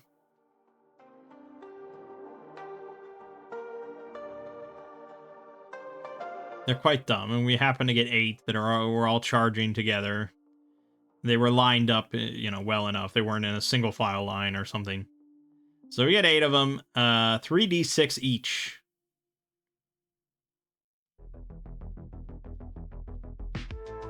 So we have to roll 3d6 8 times and see which ones survive. Alright. Only 2 survive. And then they have to make strength roll, which we'll put at +1. One of those 2 failed that, so he catches fire and is thus going to be dead at the end of the round. So really only one of the 8 survives with 2 health left. The other 15 Beakmen are now on the other side of the Wall of Radiance from us. The Wall of Radiance is 10... It's 10 yards long, so 30 feet. We're on a beach, so obviously they can just go around, but they're going to have to go all the way around. So we bought some time. We can't really attack through the wall. We can cast spells through the wall, but Garvis can't fire arrows because those arrows are just going to get disintegrated as they pass through the wall. And I like that it lasts for 1 hour. Like, it's like absurd overkill of time.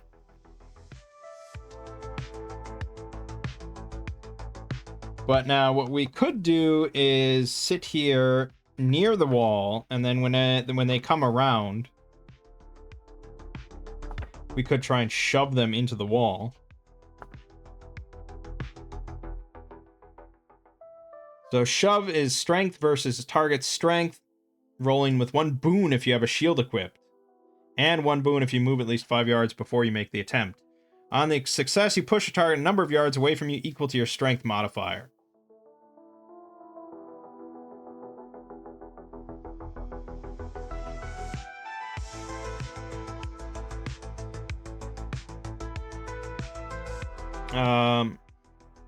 You can also roll to trip, which is agility versus strength or agility.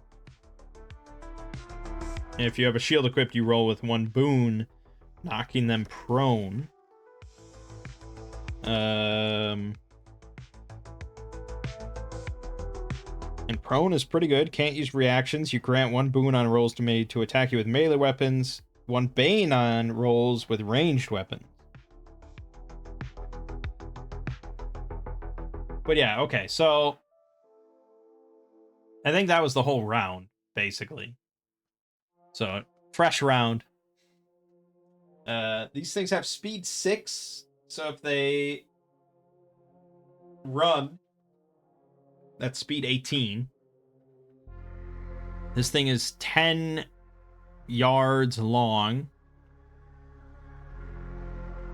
So pretty much if they run, they'll all be upon us at the end of this round.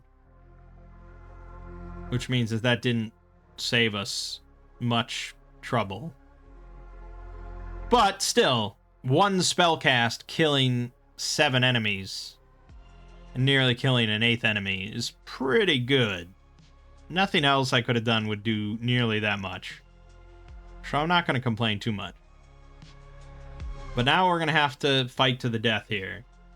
And yeah, I see that if we just shoot the master with 1 spell, he'll disintegrate and then all the Beakmen will collapse to the sand like dolls. So yes. But would players know that? No. Would they assume that they should blast the master with spells? Maybe. They saw that an arrow passed through him. And they might assume that he's about to unleash like some tornado of death or something, you know? So it's all possible. But let's try and just beat the Beakmen fight. So, let's see here. 1, 2, 3, 4, 5, 6, 7, 8, 9, 12, 13, 14, 15. And one of these guys has like 2 health left.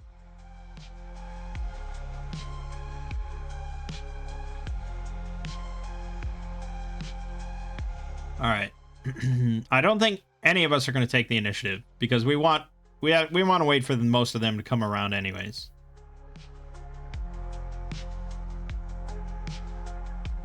So no one's taking the initiative, which means that the one guy with 2 health is going to strike somebody, probably Sir Martin. He's going to try and claw him. Sir Martin will, of course, dodge, because there's not much reason not to dodge. We got an 18, so he would have hit if not for this dodge, imposing a bane of 3. Look at that. Dodge saved him for potentially 6 damage. Good.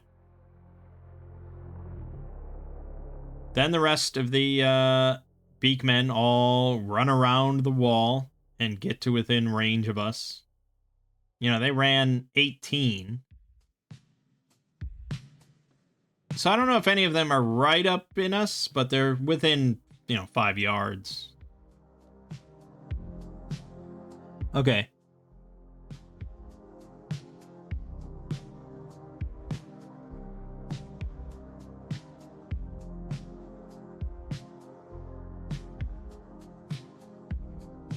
We could light heal Felix. That might be beneficial because he's probably going to be taking some damage here. So sure, we're gonna have Euclid use light healing on Felix. It's 2d6 heal. 9. All right, he's back to full health. Perfect. Garvis is going to shoot the 2 health one there.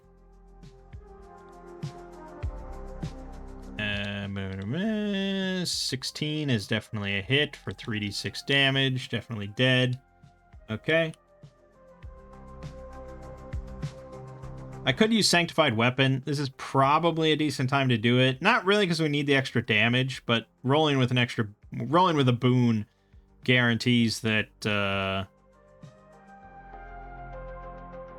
we're pretty much guaranteed to hit these things. So yeah, he'll use Sanctified Weapon. Put an asterisk there. So that's his action. And Sir Martin will then wade in and hit one thing. Crit. So 5d6, 25 damage. Just fucking butchers another Beakman. I don't know if they get a morale save because they're not like I don't know the plot here, but they're clearly being controlled in some way.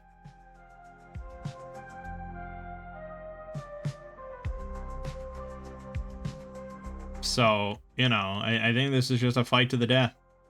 Brush round. Garvis will take the initiative, and Euclid will take the initiative. The other two, though, gosh. They might be able to kill a couple before they all go, but then they lose out on dodge. Is that worth it?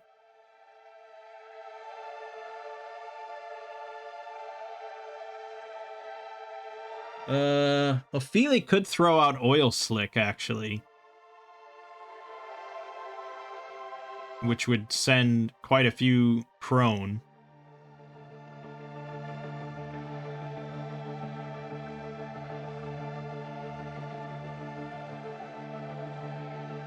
And then we could light that on fire. We're starting to really... This would probably be a fight where I'd actually set it up on a grid. So I could go ahead and do that, just so we have a clear image of things. But I don't know if I want to go through the whole trouble of setting up a grid. So we'll just run it still as Theater of the Mind.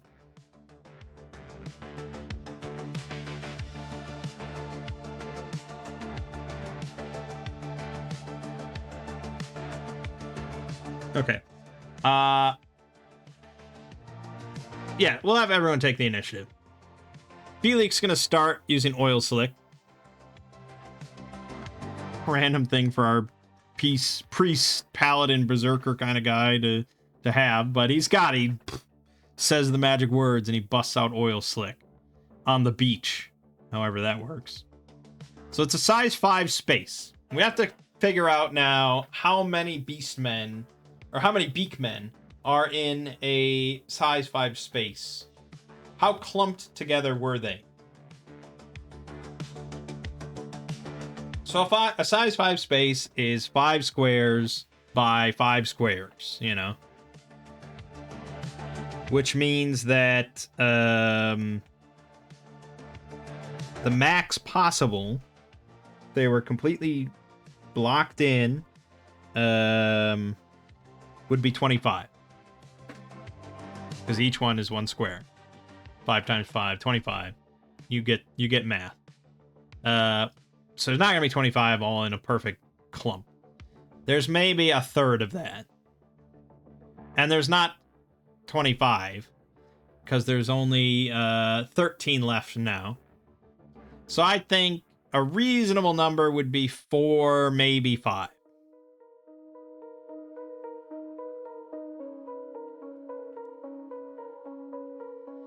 Will be kind of nice because I always encourage creative spell usage and all that kind of stuff. So we'll say 5 managed to get caught in this oil slick. So each of them is going to have to make an agility roll or fall prone. Their agility is going to be worse, especially on a beach and stuff. So we're going to give it a -1 for each of them. First one, succeed, succeed, fail, fail, fail. So 3 of the 5 fall prone. But that's not really why we cast Oil Slick. Why we cast Oil Slick was for Euclid to then cast Scorching Ray on it.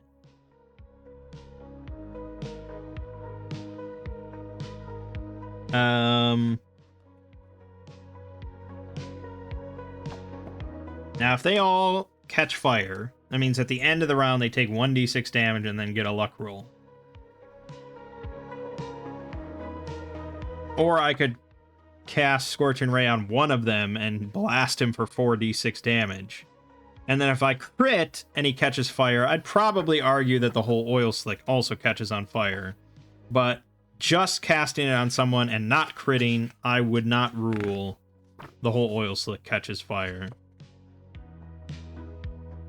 Because if he's not catching fire, why would the Oil Slick catch fire? But you could argue that the Oil Slick is far more flammable than just a Beakmen is. So even just casting it on one of the prone guys will ignite the whole thing. I could see that argument.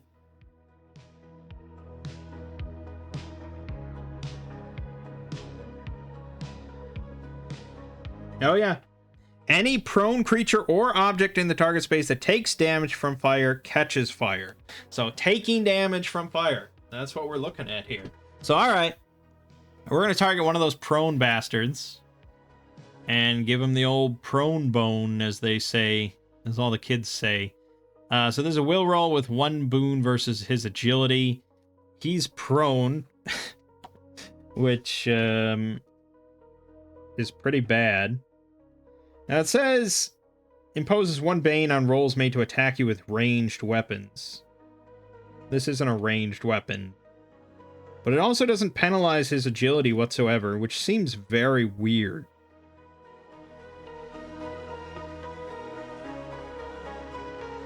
I don't know if I'd agree with that. But by the rules, I guess. So, this is will roll with 1 boon versus a 9 agility. We rolled a fucking 1.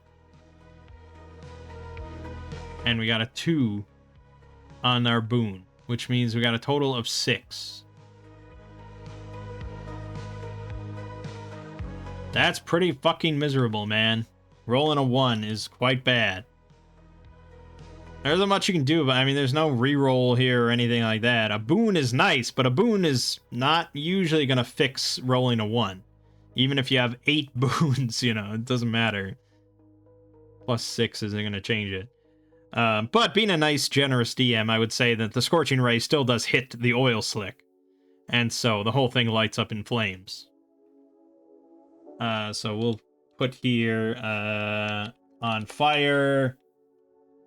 On fire. So for 5 of them. All on fire.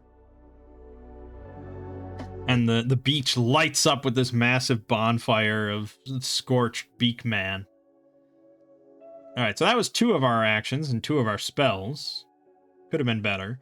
Garvis is going to shoot one of the non-fires. Oh, no, he already shot. No, he didn't. No, he didn't.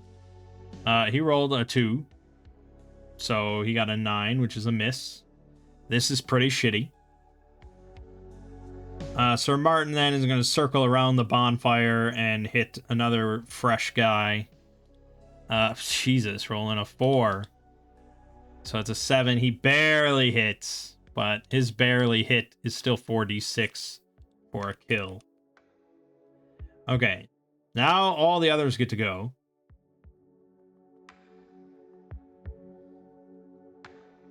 So standing up from prone costs 4 yards of movement. And then he's on an oil slick, which is challenging terrain. So I don't think he can actually move off of it at all.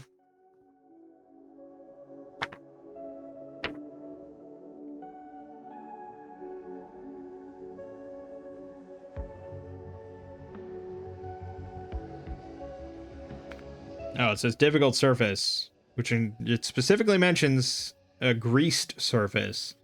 The sage might require you to make a strength roll. On a failure, you make no progress. On a critical failure, you lose your grip and fall. Oh, but that's for climbing. Never mind. Climbing greased surfaces. Challenging terrain. There you go. It's basically double movement cost. So he would be able to move 1 yard through this thing. So I don't know if they're even going to get out of there. But the ones that are all prone are now standing. The ones that were not prone probably do get out. But everything is still on fire. They all take 1d6. We'll just do one roll. By which I mean we'll do one roll for each. So he's at 9. Second one's at 5. Third one's at 4. So this is much better. 5. Whoops. And 7. And then they each get their luck roll. First one failed. Second one succeed. Fail. Fail. Succeed. So not on fire. Not on fire. Okay. We'll assume none of them are in range to melee the others. The other, however, 7 Beakmen can now probably get in range of Sir Martin. So we're going to make this simple and just have all 7 attack Sir Martin. He's got no dodges or anything, but he's got an 18 defense. He's got a shield. What could possibly go wrong? They all get only +1. Miss. Miss. Miss. Miss. Miss. Miss. That was 6. Miss. Okay, they all missed. That's another comment that I saw that, you know, past level 2 or 3, it's actually very, very hard for a difficulty 1 creature to hit anybody. +1 with no boons does not do much. So, honestly, what I should have done instead, as the DM, to make things a bit more interesting, is actually have them try and grapple him. Because let's redo that whole turn just there. And let's have them try and grab him instead. So we're going to have the first one try and grab him. Strength or agility against the target's agility. His agility is only a 12. So they're going to do, again, a +1 roll, but now they're against a 12 instead. That first one would have succeeded. Boom. So then the target becomes held.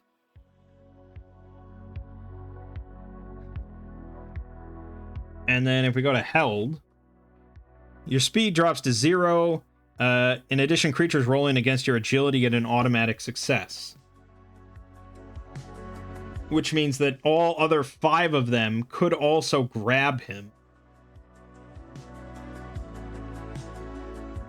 Doesn't say anything about, like, there being a grab limit. So basically, they all just latch onto him in, like, this big bear hug, you know, just... It's kind of ridiculous. I wouldn't probably do it like that. I might have 3 of them grab.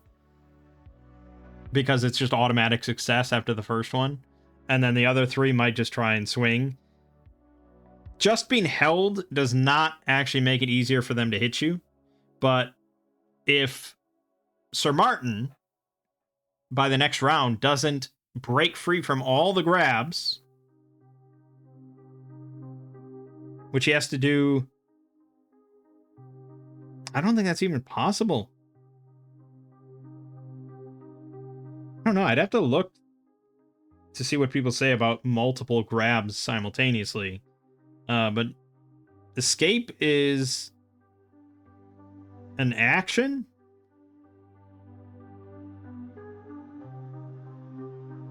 I think it's an action, so you can only escape from like one thing at a time. Maybe you can't be grabbed multiple times, and it just doesn't say that.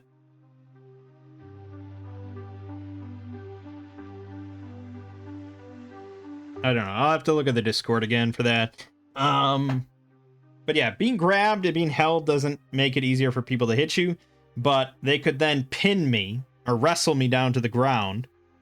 And so then if I fall prone, then everybody else gets a boon to hit me. And then if I still don't break all the grabs, then I can be pinned. And I'm confused, held, weakened, and can't stand up until the effect ends. And then they can all just do automatically 1d6 damage to me. So, yeah, if Sir Martin was by himself and was surrounded by Beakmen, absolutely. Pin and wrestle that fucker to the ground and choke him out. That is by far the more efficient way than just sitting there and trying to scratch through his armor. But yeah, I'll look up the multiple grab issue. But for now, they all tried to claw him and failed. And that was their turn. So now it's a new round.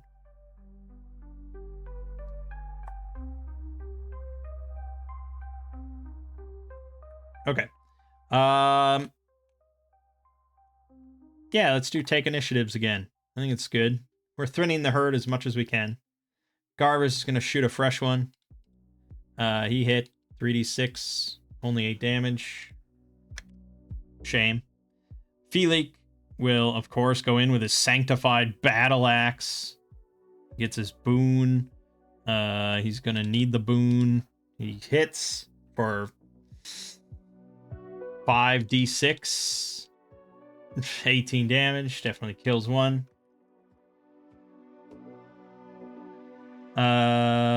Sir Martin will attack a fresh one as well.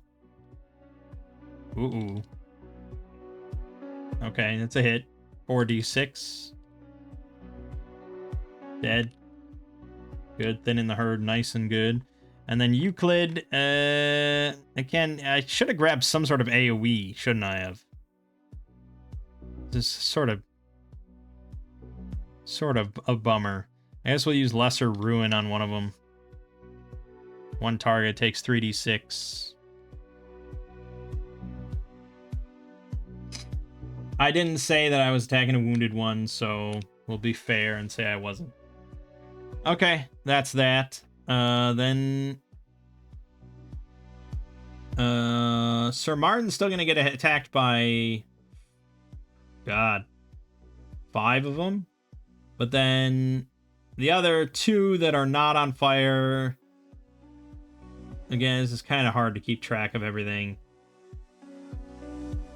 We'll say 2 of them are going for Felix, who set them, put the oil slick down and stuff. Beyond that, the other 3, there were still some that were like trudging through the oil, but they're also on fire. We'll make it a little easier. I don't. Again, I would run this fight with a grid normally.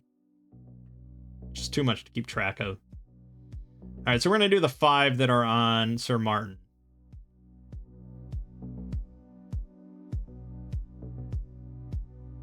I'm going to have one of them try and grab. Failed. Okay. Then the other 4 are just going to try and claw still. That's definitely a hit. Miss. Miss. One of them did hit for 1d6 damage. 6 damage. Okay, I mean, that's something.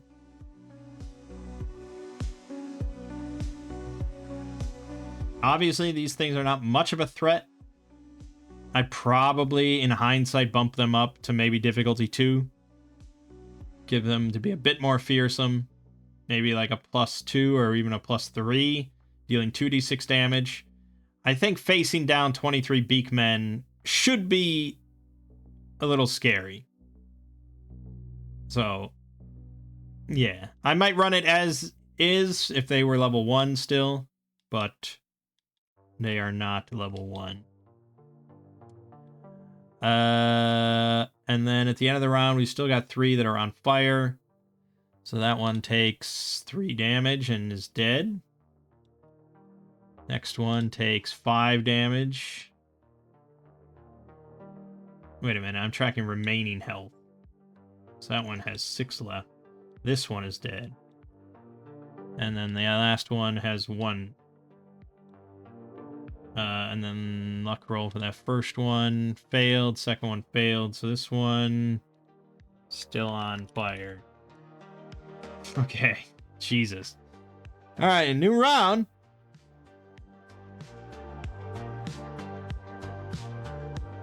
Take the initiative. Of course, we love it.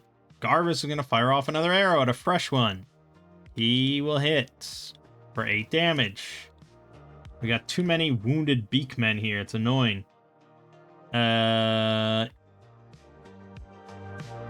Euclid will cast...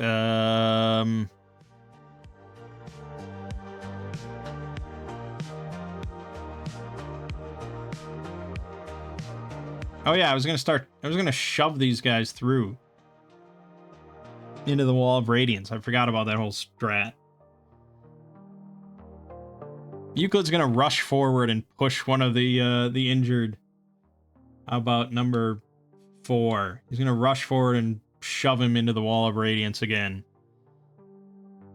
So he's gonna run. He's not gonna run, but he's gonna move his 5 yards. So he gets a boon on the strength roll. And it's against his strength or agility? Our choice?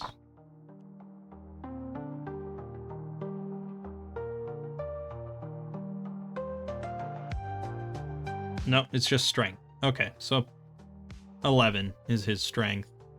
But we get a boon. And we still fail, unfortunately. Oh well, it was something. Felix's gonna go after another uninjured one. He hits for 5d6, killing it. Sir Martin will go after the last uninjured one. And also hits for 4d6, killing it. Okay.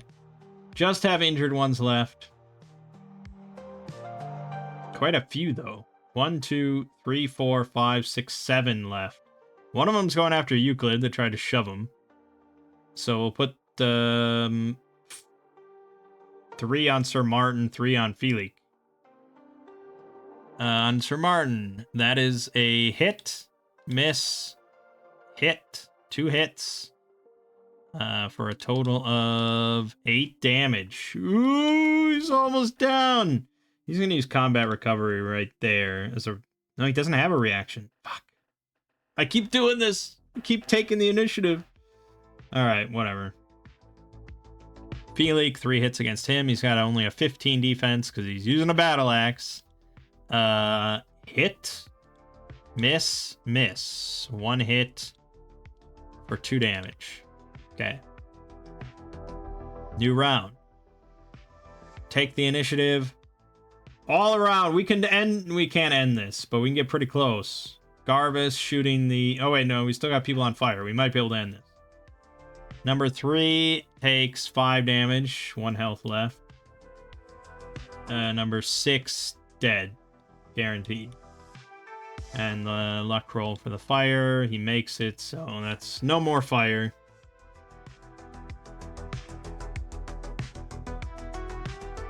Okay. Garvis is going to shoot the 7 health one. And it succeeds. 15 damage, dead. Felix will attack this 5 health one, I guess. Oh no! Rolled a 2. Oh, 7 plus 3 hit. Excellent. Barely clinched that 5d6 for 26 damage, obliterating his entire body.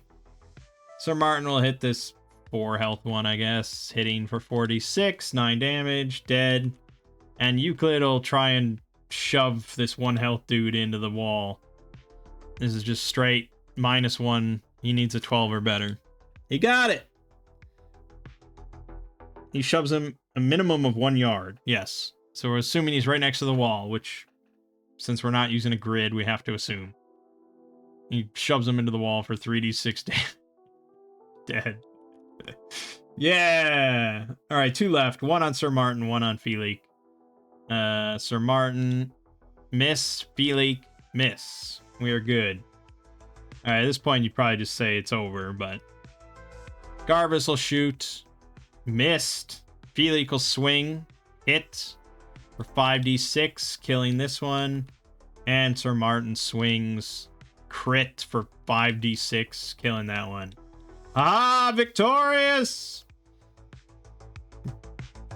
Sir Martin relatively beat up, but he'll use combat recovery after this. I don't know if you're meant to win that fight. Yeah, probably, because all you have to do is shoot 1 spell or use magic damage on the Master's shadow, and they all fall apart, so... I don't think it really matters too much. The Beakmen's lair is a massive monolithic steel summoned from their watery homeworld. The obelisk emerges from the lake in a cascading shower of water and mud. Fully revealed, it towers more than 100 feet above the tiny huts below. PCs have a narrow window of time to complete their explorations. After 5 hours, the last of the raiders return, bearing their captives with them. They seal the portals in Area 1-1, and the entire obelisk recedes back into the muck. Okay. Yeah, because there's a whole bunch of croc knights and crocodiles still out there in the town. The town's getting ravaged still constantly.